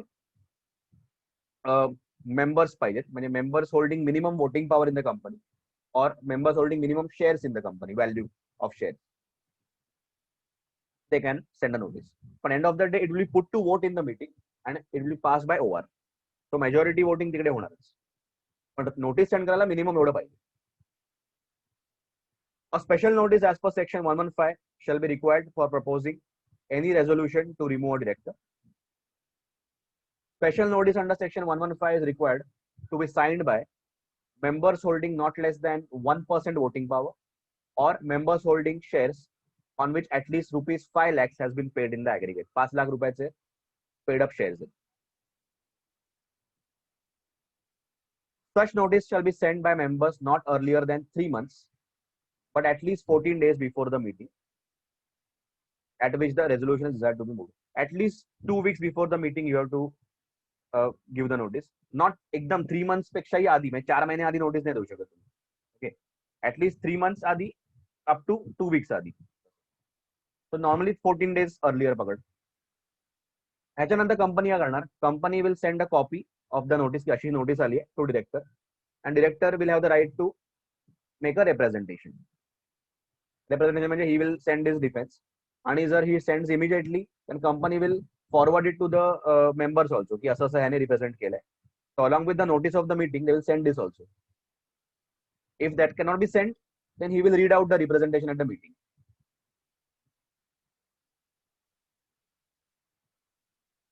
On receipt of special notice of a resolution to remove the director, the company shall forthwith send a copy thereof to director concerned, and the director, whether or not he is a member of the company, shall be entitled to be heard on the resolution meeting. So anyways, he has the right to be heard at the meeting. Plus, he can make a representation before the meeting, which will be circulated to the members, he defending himself, why he should continue. आता ह्याच्यामध्ये जर त्याने allegation वगैरे काय केले कोणावर हे ते, तर मग ही विल बी स्टॉप, मग ते सर्क्युलेट होणार नाही. Company will go and take the permission of tribunal saying की असं असं हा करतोय, तर we will not be sending his representative. खूप शिव्यावर घातल्यात लोकांना, तर आम्ही ते करणार नाही. So if he abuses his right, then he will be stopped from giving representation. So representation by director, in case director concerned makes a written representation to company on receipt of the notice and request that it should be notified to members, the company shall, if the time permits to do so, state the fact of the representation being made by director in any notice of resolution given to members. So notice बरोबर हे पण तुम्ही त्यांना सांगा की असं representation त्यांनी केलं आणि attach पण करा ते, and send the representation to every member of the company to whom notice is given. either नोटीसच्या आधी द्या नंतर द्या. पण ते नाही पाठवू शकला तुम्ही बिकॉज टाइम नव्हतं, तर मग let him read that at the meeting apart from his right to be heard. The representation is not sent as aforesaid due to insufficient time or for company's default. The director may, without prejudice to his right to be heard orally, require that the representation shall be read out at the meeting. So he can read that out, plus he has the right to be heard separately. आता representation need not be sent कधी, if he abuses the right. त्याने representation मध्ये खूप शिव्याशाप दिल्या आहेत, लोकांना allegation लावले आहेत वगैरे, देन कंपनी और any person who is agreed and go to tribunal and say की असं असं हा करतोय, so we will not be sending the representation, neither will read out that at the meeting. The tribunal will say okay.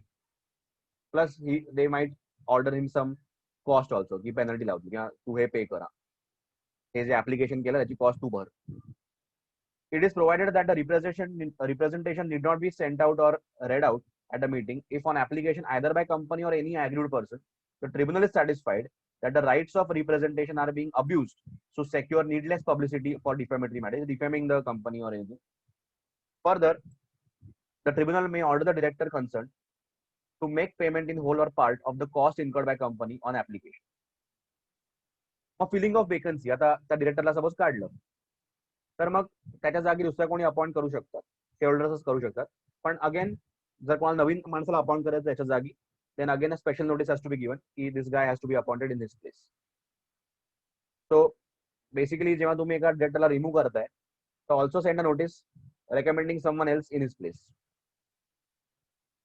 The vacancy resulting from the aforesaid removal, if he had been appointed by the company general meeting or by the board, may be filled by the appointment of another director at the same meeting at which the director is removed, provided special notice is also given. So special notice they are to remove, special notice they are to appoint someone else. So generally त्याला काढाल त्याच meeting मध्ये दुसऱ्याला appoint करा आणि that person who is appointed in his place will continue for the remaining term.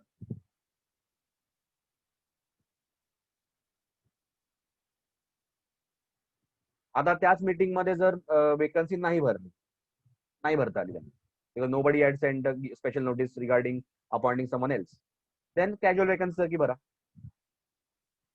पण ज्या माणसाला काढले त्याला टाका परत रिप्लेस करू.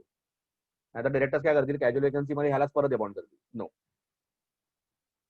Period of holding will be the remaining term of the director who is removed.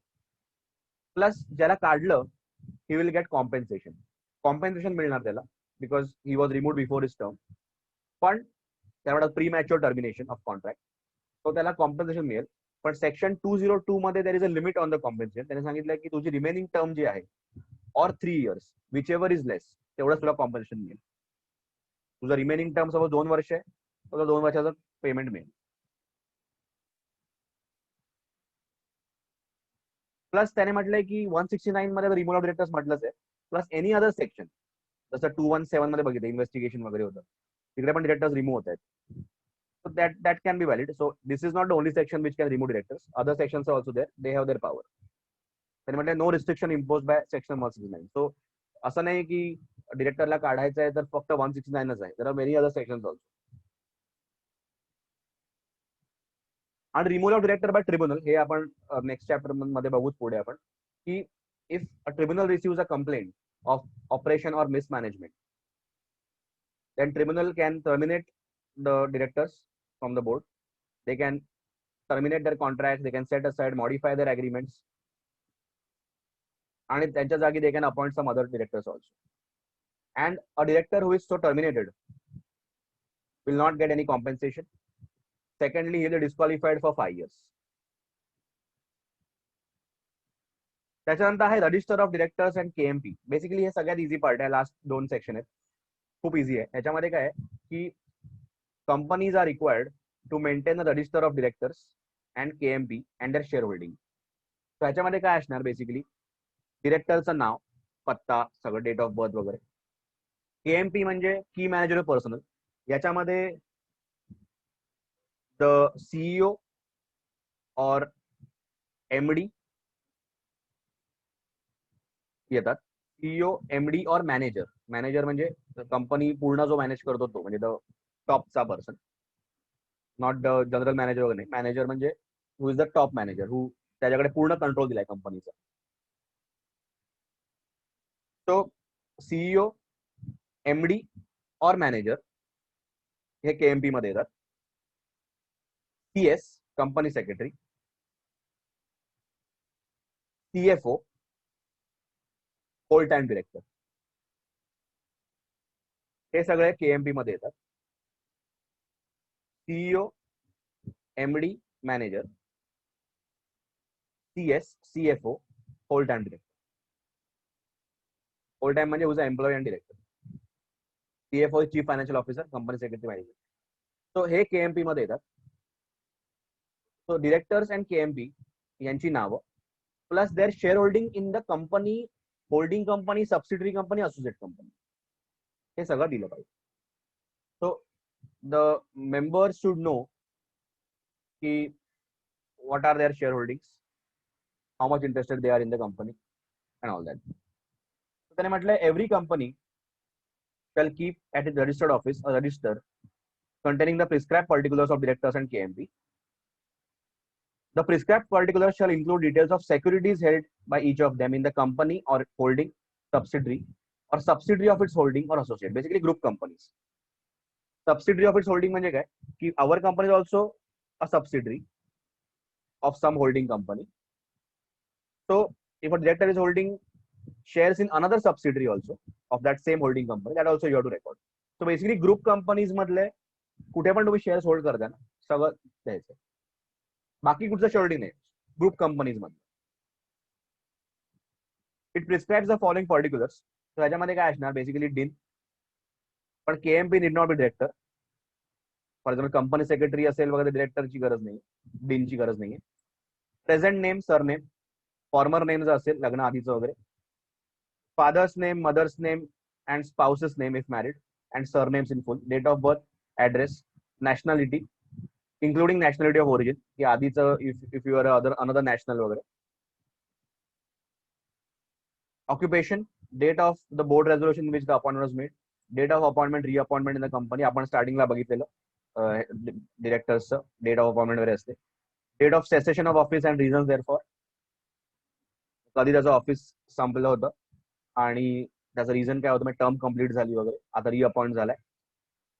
तो सगळं येणार की डिरेक्टर कधी होते, कधीपर्यंत यांची टर्म होती, त्याच्या जागी कोण आलं तर त्यांनीच कंटिन्यू केलं. Office of director KMP held or relinquished in any other body corporate, दुसऱ्या कुठच्या कंपनीमध्ये इज अ डिरेक्टर और केएमपी और वॉज. सीएसच्या केसमध्ये membership number, PAN, mandatory for KMP if not having DIN. So ज्यांच्याकडे डीन नाहीये केएमपीज कडे त्यांना पॅन द्यायला लागेल. प्लस शेअर्सच्या related number, description and nominal value of securities, date of acquisition and price and anything paid, date of disposal and price and other consideration received and sell केले असतील shares during the year. What is the cumulative balance and number of securities held after each transaction, प्रत्येक transaction ला किती shares उरलेले, mode of acquisition, physical security purchase केले का डिमॅटराइज purchase केले, mode of holding, physical, डिमॅटरलाइज. परत mode of acquisition can be also IPO मध्ये घेतले, right issue मध्ये घेतले, प्रेफरन्शियल इश्यू झाला त्याला, whether securities have been pledged or any encumbrance has been created. ते securities pledged आहेत का. आता फॉर एक्झाम्पल आता जे लेटेस्ट चालली आहे केस, फ्युचर ग्रुपची केस चालली आहे, तर फ्युचर ग्रुपचे जे सगळे डिरेक्टर्स वगैरे आहेत त्यांचे सगळे शेअर्स प्लेज्ड आहेत. It is they have maxed out their loan capacity. भरपूर डेट घेतले, 12,000 करोडचं डेट आहे त्यांचं फ्युचरचं.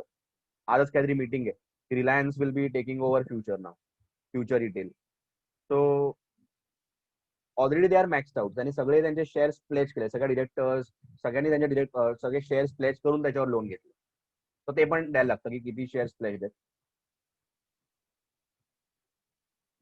त्याच्यानंतर म्हटलंय की filing of return in form DR-12. So company act requires a company to file a return in form DR-12 in respect of directors and KMP after paying the prescribed fee as under within 30 days from appointment and 30 days from any change taking place. हे तर आपल्याला माहितीच आहे की whenever there is a change happening in the directors of KMP also, KMP म्हटलंय 30 days मध्ये DR-12 file करायचं appointment वर किंवा any change. Plus section 170 doesn't apply to government companies. It doesn't apply at all. आणि हे दिलंय members right to inspect. हे register जे आहे it will be open for inspection of members, so they can come and check it out. Plus they can take copies, they can ask for copies, obviously on some fees to be paid. So एवढंच आहे की register of directors and KMP shall be open for inspection during business hours 9 to 5, 9 to 6 वगैरे. The members have the right to take extracts therefrom. तुम्ही त्याचे extracts घ्या and copies thereof on request, and same will be provided to them within 30 days free of cost. So you can say की मला या 2 pages किंवा या एवढा पार्टचा copies हव्या आहेत मला पाठवा. So they will send them within 30 days free of cost. Plus register shall also be kept open at every AGM so that the members can see it. And if the company refuses to show them, then on complaint to registrar will order the company to immediately give the inspection or supply copies within 30 days.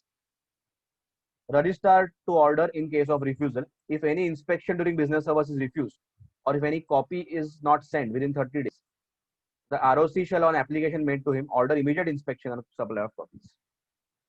Again, this is also not applicable to government companies. And last one is punishment. This is general penalty clause. ह्याच्यामध्ये दिलंय की आतापर्यंत आपण section बघितले 149 to 171 J section बघितले त्याच्यामध्ये कुठे काही स्पेसिफिक पेनल्टी नसेल तर you can go for general penalty. That is this. तो काही पेनल्टी नसेल दिली तर इथे ही पेनल्टी वापरा. That company and every officer who is in default shall be punishable with minimum fine 50,000 maximum 5 lakhs. तो जिथे पेनल्टी नाही दिली आहे ती ही वापरा for these section. That is it. एक सेकंड जस्ट पटकन आन्सर्स मार्क करतो सो यू कॅन राईट. एक मिनिट बॅटरी डाऊन आहे. Hello hello. या हे जे 30 days होते इन द 171 पॉइंट सेक्शन मध्ये. या can you just scroll up? नाही मला कळलं नाही काय प्रश्न आहे. हे जरा स्क्रॉल अप कराल का 171 हा हा सेक्शन हा मध्ये?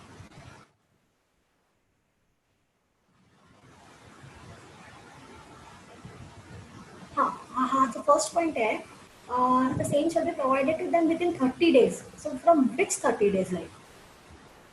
ओके. काय म्हटलं इकडे हेच ना इन्स्पेक्शनचं ना.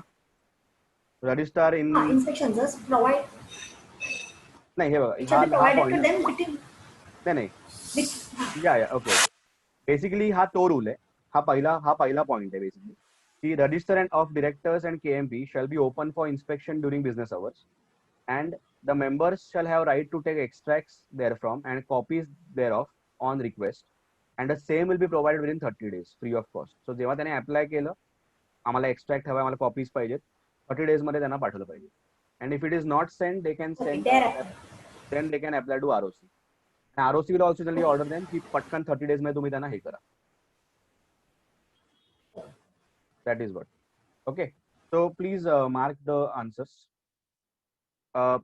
171 जे आहे complete. हे 171 पूर्ण. त्याच्यानंतर 170 इथपासून you can take every company पासून. अगेन हे जे आहे ना रूल 17 कंपनी हे सगळं लिहायची गरज नाही. हे सगळं लिहायची गरज नाही. हे आपण लिहित नाही. सो एव्हरी कंपनी पासून हे सगळं डिटेल्स प्लस इन ऍडिशन हे सगळे डिटेल्स सेक्युरिटीचे आणि DI12 वाला पण point you can add. So हे इम्पॉर्टंट आहे. अगेन शॉर्ट मध्ये if you are able to write better म्हणजे keywords basically you need to understand. त्याच्यानंतर 169 व्हेरी इम्पॉर्टंट. याच्यामध्ये हा पार्ट येणारच. रिमूव्हल असं होणार दोन प्रकारे. त्याच्यामध्ये रिमूव्हल बाय शेअर होल्डर्सचा प्रश्न येऊ शकतो जास्त करून या चॅप्टर मध्ये स्पेशली कारण this is the section covered under this chapter 169. 242 comes under different chapter पण तरी दिलाय तर आपण दोन्ही करू. सो रिमूव्हल ऑफ शेअर होल्डर्सचा पूर्ण येणार फुल पार्ट. याच्यामध्ये कुठले डिरेक्टर्स नाही काढू शकत ते पण इम्पॉर्टंट आहे की ट्रिब्युनलने अपॉइंट केले प्रपोर्शनल रिप्रेझेंटेशन वाले. So this whole thing special notice action by company हे पूर्ण प्रोसिजर त्याच्यावर काही प्रश्न येऊ शकतो. एनी प्रश्न can be asked. Representation need not be sent वगैरे filing of vacancy period of holding हे सगळं up to this point up to payment of compensation हे सगळं. That is the first part. आणि second part removal of director by tribunal the whole thing. So this section is in 2 parts. सो 2 parts मध्ये break केला पाहिजे. जास्त करून questions first पार्टवर येणार. म्हणजे they can ask anything from this.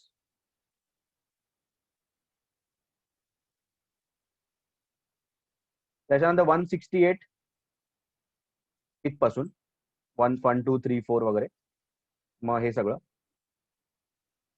Clarification वरची गरज नाही. Effective date is important. Effective date आणि all directors tender in resignation असा प्रश्न येऊ शकतो. एंडला दे कॅन आस्क 1 मार्क्ससाठी 2 मार्क्ससाठी कॅन आस्क की what if all the directors resign.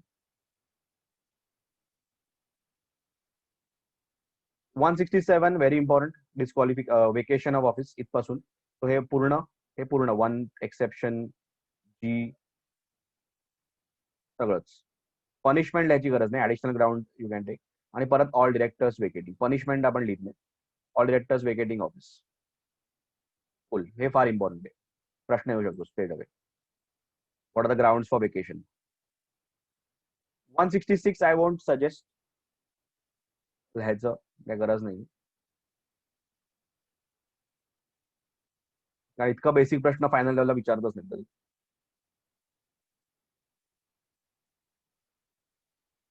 हे 150 वगैरे आपलं आधी झालेलं आहे, म्हणजे असं वर जातो.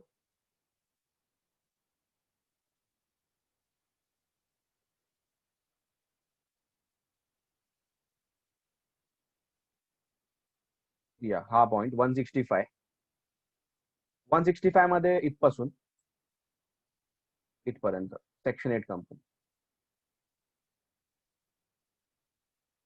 आणि lesser number of directorships can be specified. That's it. हे सगळं ट्रान्झिशन वगैरेचा उपयोग नाही, कारण आता ट्रान्झिशन होऊन पण वर्ष झाली खूप. जेव्हा 2013 ऍक्ट आली तेव्हा ट्रान्झिशन झालं. 164 डिस्क्वालिफिकेशन व्हेरी इम्पॉर्टंट. इथपासून 1 2 इथपर्यंत हा वरच्या point. Very very important. Proportional representation you can take from 1 2 पासून 1 2 3 4 5 6.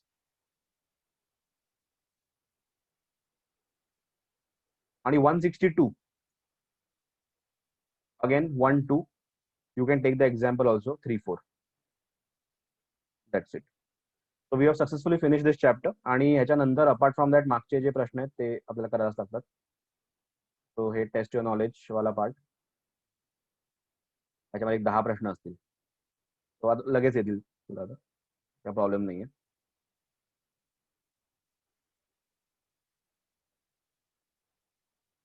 You can just go through. एकदम easy आहे, तुला आता सगळे येतील. I don't think there is a doubt in that. Yeah. Any doubt?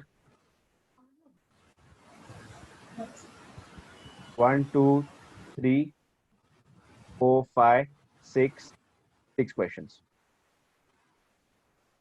So हे बघा इथे आता तुला लगेच कळतील. Once you know the provisions ना, आता फॉर एक्झाम्पल एक कंपनी दिली, unlisted public company, paid up capital 20 crore, हे ते turnover 150 crore, total number of directors is 13. Answer the following. State the minimum number of independent directors that a company should appoint. How many independent directors are appointed in case company is listed? So this is basically 149, and this talks about the applicability of independent directors. So तुला माहितीच आहे. You just refer that and you can answer. So हे कसे करायचे प्रश्न? पहिलं find your own answer and then look in the actual solution. तुझा answer match कर आणि then see. So derive your answer from the notes we have done. तिथून मग तुझा answer बरोबर आहे, मग ते बघ तू त्यांचा आन्सर काय आहे. Just match it. Okay. So हे 6 क्वेश्चन्स आणि ते एमसीक्यू असतात. हो, आता आपल्याला एमसीक्यूज असतात ना, एमसीक्यू मध्ये आपण सेक्शन आणि त्याचं प्रोव्हिजन पण सगळं लिहायचं का, फक्त सेक्शन आणि आन्सर लिहायचं एमसीक्यू? नाही, एमसीक्यू म्हणजे बेसिकली काय आहे की ह्याच्यात चूज करायचं ना आपल्याला, फक्त तेवढंच आहे बेसिकली. आता कसं आहे, आता सध्या एक्झाम्स मध्ये कसं आहे की 30 मार्क्सचे एमसीक्यूज येतात, तो ते हातातले मार्क आहेत. तो त्याच्यामुळे हे असे प्रत्येक चॅप्टर नंतर जे आहेत ते आपल्याला करायचे. Basically if you know the whole provisions, तर मग तुला एमसीक्यूजला काय वेगळा अभ्यास करायला लागत. म्हणजे आपण त्याच्यात एक्सप्लेनेशन प्रोव्हाइड करायचं की फक्त आन्सर लिहिलं तरी चालतं? एमसीक्यू म्हणजे मल्टी चॉईस क्वेश्चन, म्हणजे ह्याच्यात तुला फक्त सिलेक्ट करायचं 10 days 15 days 12 days डे काय आहे. ओके, तेवढंच आहे, बाकी काही नाहीये. सो हे तुझ्या हातातले 30 मार्क्स आहेत. हे खूप चांगलं झालंय, म्हणजे अजून तरी त्याने असं ठेवलंय. हे लास्ट इयर पासूनच सुरू झालं एमसीक्यू, कारण मुलं पासच होत नव्हती. तर त्यांनी आता हे थिअरी सब्जेक्ट मध्ये एमसीक्यू आणले. ऑडिट मध्ये पण आहे, ऑडिट लॉ आणि इथे आणलंय. ठीक आहे. So I think we are sorted here. So do this. खूप आहे आज होमवर्क, आणि मंडेला will again continue. Accounts I don't have any modules. हे आहे का? तेच आपली ती लिंक, ती सेमच लिंक, बोर्ड ऑफ स्टडीज नॉलेज पोर्टलच्या लिंक वर जायचं. हे बघा इथे मी दाखवतो. I just show you.